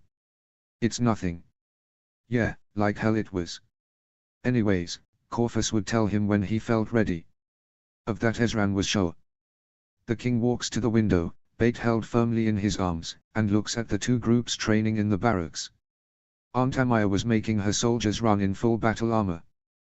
They would roll, jump, or attack according to how many times the general would hit her shield with her sword. Amaya had returned not long ago from her last visit to Luxora, and she brought gifts, 2 flawlessly forged sun blades. Janai chose them herself from the royal armory, explains the general while her nephews and Rayla admire the blades. This blade looks familiar, says Rayla. Callum, look at this, his eyes go wide. It can't be, he says. Aunt Amaya.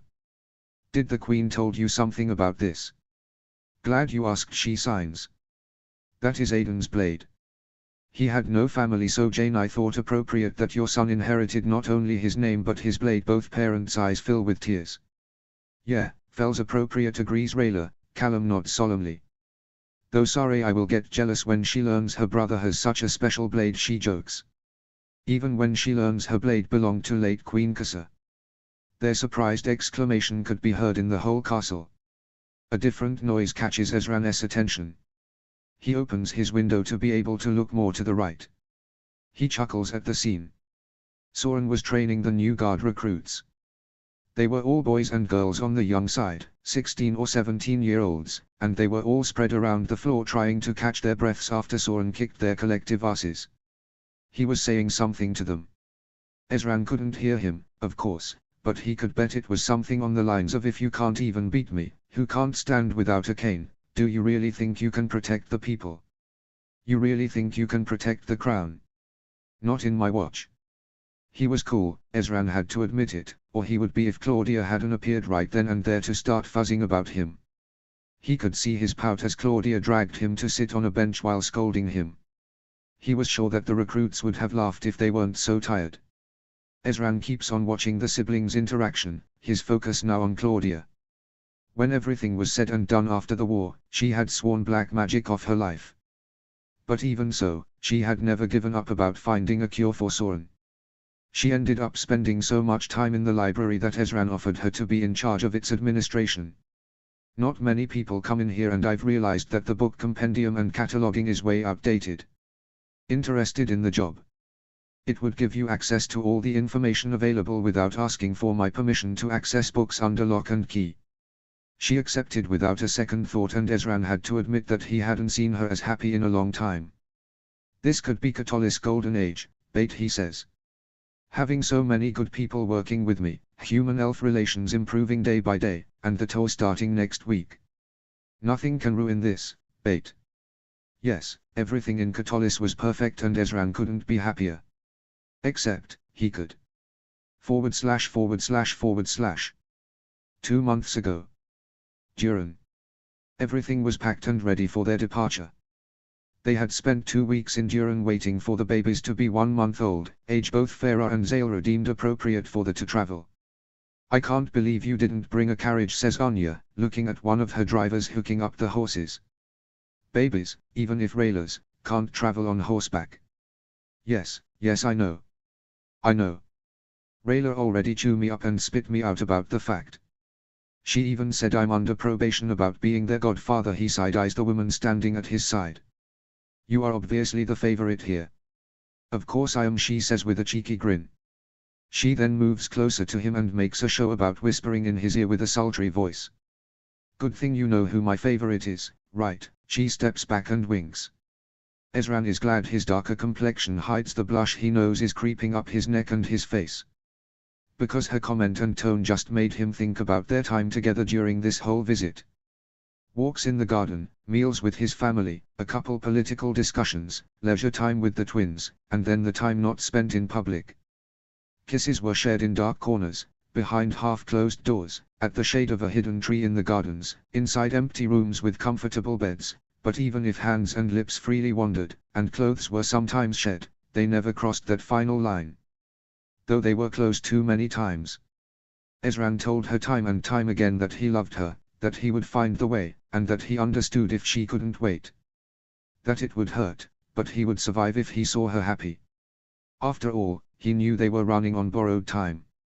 Anya, on the other hand, never said those words back. Ezran no longer minded.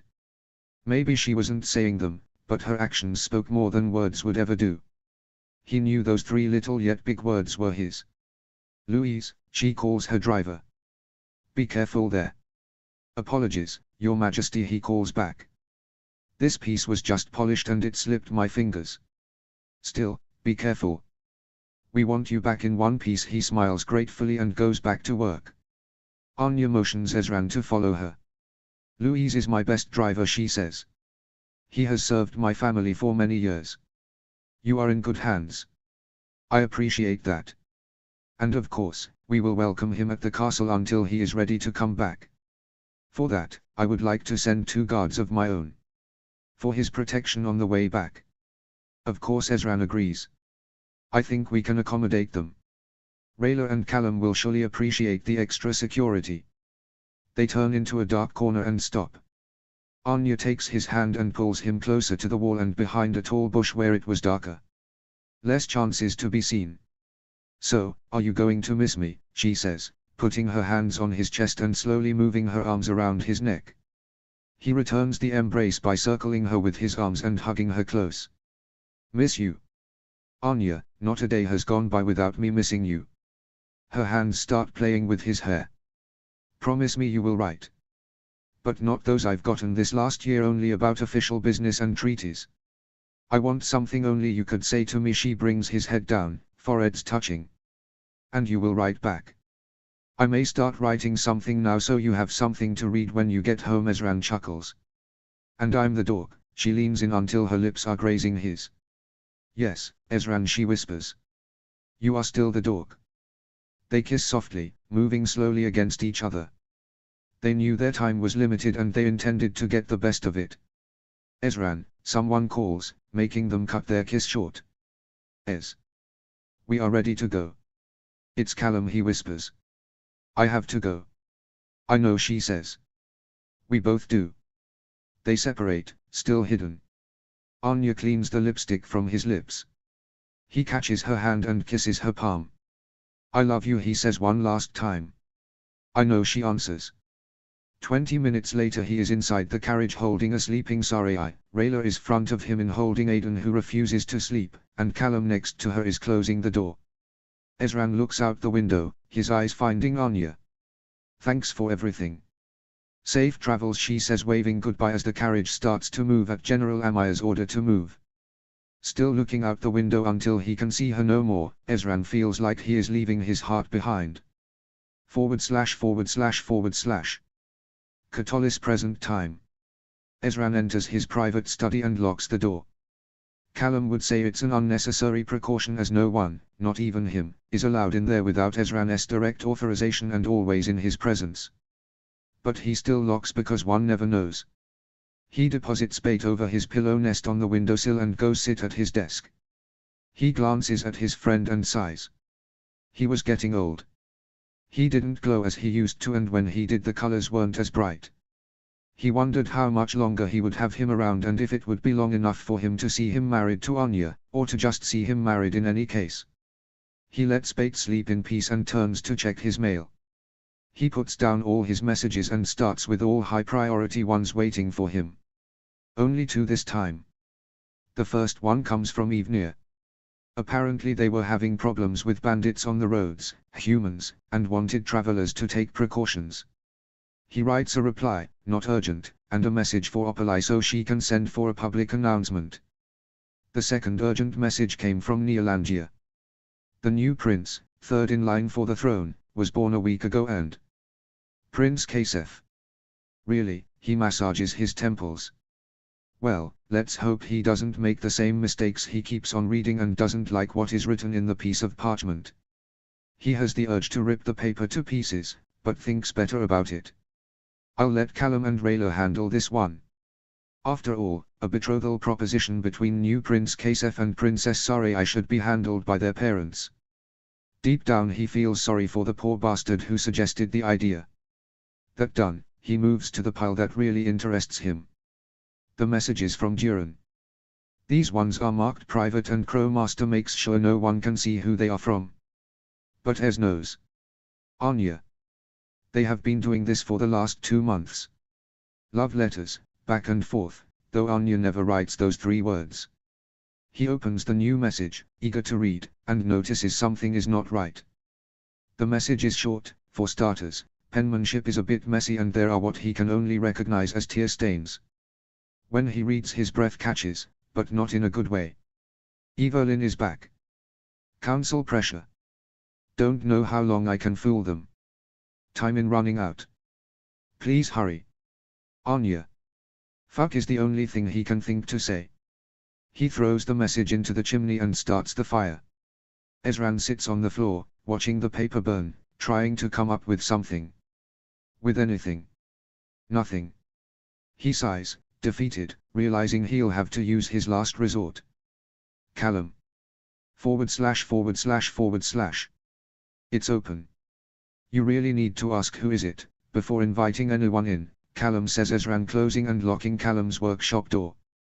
Bad habits, he says, putting his paints and brush down. He turns and Ezran giggles. What? You are a rainbow, Callum, Ezran says, tone amused. He spots a clean rag and tosses it to his brother, who catches it in the air. Callum moves to the mirror in the corner and frowns. How he looks at his paint-stained self. And I just got this apron back from laundry. It's the apron purpose. No one will bat an eye. Your face though, that's a different story, he chuckles again. Callum cleans up while Ezran looks around. His brother's latest work is of Rayla and the twins. It's his 6th painting of them in 2 months. I just can't seem to stop painting them, he says, standing next to his younger brother and putting the now dirty rag on the table. I already filled up 2 sketchbooks as well. I bet Rayla loves it, Ez says. No hint of sarcasm in his voice. Yes, she does. Ezran looks at his brother's lovesick happy face and sighs. Time to wipe that expression with a selfish request. Callum, we need to talk. The sudden somber tone catches the midge out of guard. Happy moment over. Ezran, what's wrong? Can we sit? It's a long story. Yeah, sure. They move to the little table Callum kept by the window. Want me to call for snacks? Jelly tarts, perhaps. Not now, but thanks. Callum leans forward and takes his brother's hand, worry all over his face. Ezran, for dragon's sake, is it that bad? I'll let you be the judge of that, he says. You'll see. It all began when. 3 hours later. The room was silent. Ezran had finished with his tale a few minutes ago and was now waiting for Callum's verdict. So I was wrong and right, it seems. Callum stands, goes to his cabinet, and takes 2 glasses and a bottle of Catalan whiskey. He takes them back to the table, pours, and sits. Wrong and right. What do you mean? Right, you are in love. Wrong, it's not Ellis. Callum drinks. It was Anya all along. Ellis? Ezran asks, confused. Why would you think it was Ellis? One day Crowlord stopped me in the hallway. First and last time I've seen the man. Anyways, Crowmaster was with him and they said, and I quote, that they had information of the utmost importance for the royal family, their words. And what was it? That they had detected a high influx of mail between the king and a peasant girl from cursed Caldera. They did what? Don't worry, took care of that, Callum assures him. But bottom line, I thought you were courting her. Ezran shakes his head and gulps down his drink. He taps the glass for another serving. Do I look like a bartender? Ezran rolls his eyes and pours both another round. No, he says. I wasn't courting Ellis. I was trying to convince her into taking a title so she could join the council. Did she? Yes, he says. But we are still negotiating middle ground. Including having Luyan as her advisor. Tough one. Good choice though. She'll do great. Callum takes a sip. But Ellis is not who we should be talking about now. You brought her up, not me. I did, didn't I? Callum sighs. Dragon in the room, I guess. He looks out the window. They stay silent for a few minutes. Anya. From all the women out there, you had to fall for Anya. I won't apologize for that, so don't hold your breath, Ezran says, crossing his arms and frowning. I never expected that. Callum turns to face his brother, his bright smile back on his face. Ezran, you really do love her, don't you? Yes, with everything I am. And she loves you. She hasn't say it, as I explained, but I know she does. Ezran sees Callum's smile get bigger and brighter. It was kind of blinding. Okay, then. I don't need to know anything more. It will be tricky, nearly freaking impossible. We will have to use every underhand tactic in the book and then some, but we will find the way for you guys to be together. Actually, there is a way. It was Ezran's turn to look out the window. He was avoiding his brother's eyes. Anya and I already looked everywhere. This is the only available option. So? What is it? Ezran tells him. Callum's face goes from elated to shock in seconds. Oh, well. Fuck. ////. She hears the knocking while putting the babies to sleep for the night. Yes, she calls. It's Ezran, I'm with Callum. Can we come in? Rayla opens the door. Do you really have to ask? You both have a key. Rayla lets them in. Callum kisses her on the lips as greeting and then moves to the room next to their bedroom to see the twins. He gives each baby a kiss on the forehead. None stir. Ezran closes and locks the main door to their rooms and moves with Rayla to the couch in front of the lit fire to wait for Callum's return. He comes out of the twins' room, leaving the door ajar. Ezran nods to him. Callum casts a silence spell over them. Rayla looks back and forth between the brothers and frowns. What is going on here? Did I miss something? Nothing of consequence, at least not yet, says Callum, finishing the spell and moving to sit with them. Rayla eyes them with suspicion. Callum smiles at her, Kind of forced, she notices, and takes her hands in his. Ezran stands up and starts pacing in front of them, arms crossed, face neutral. Okay, what's with this? You two are starting to freak me out. No need to freak out. Nothing official has happened yet. So something will happen. Not exactly, says Ezran, halting his pacing. We started wrong. Let Callum explain and then we can discuss. Let Callum explain. Why should I explain? This is your dilemma. As your king. Oh, shut up. Don't you as your king me. It's your story. You tell it. Rayla relaxes while the brothers continue their argument. If they were acting as kids about it, it couldn't be that bad. After half an hour,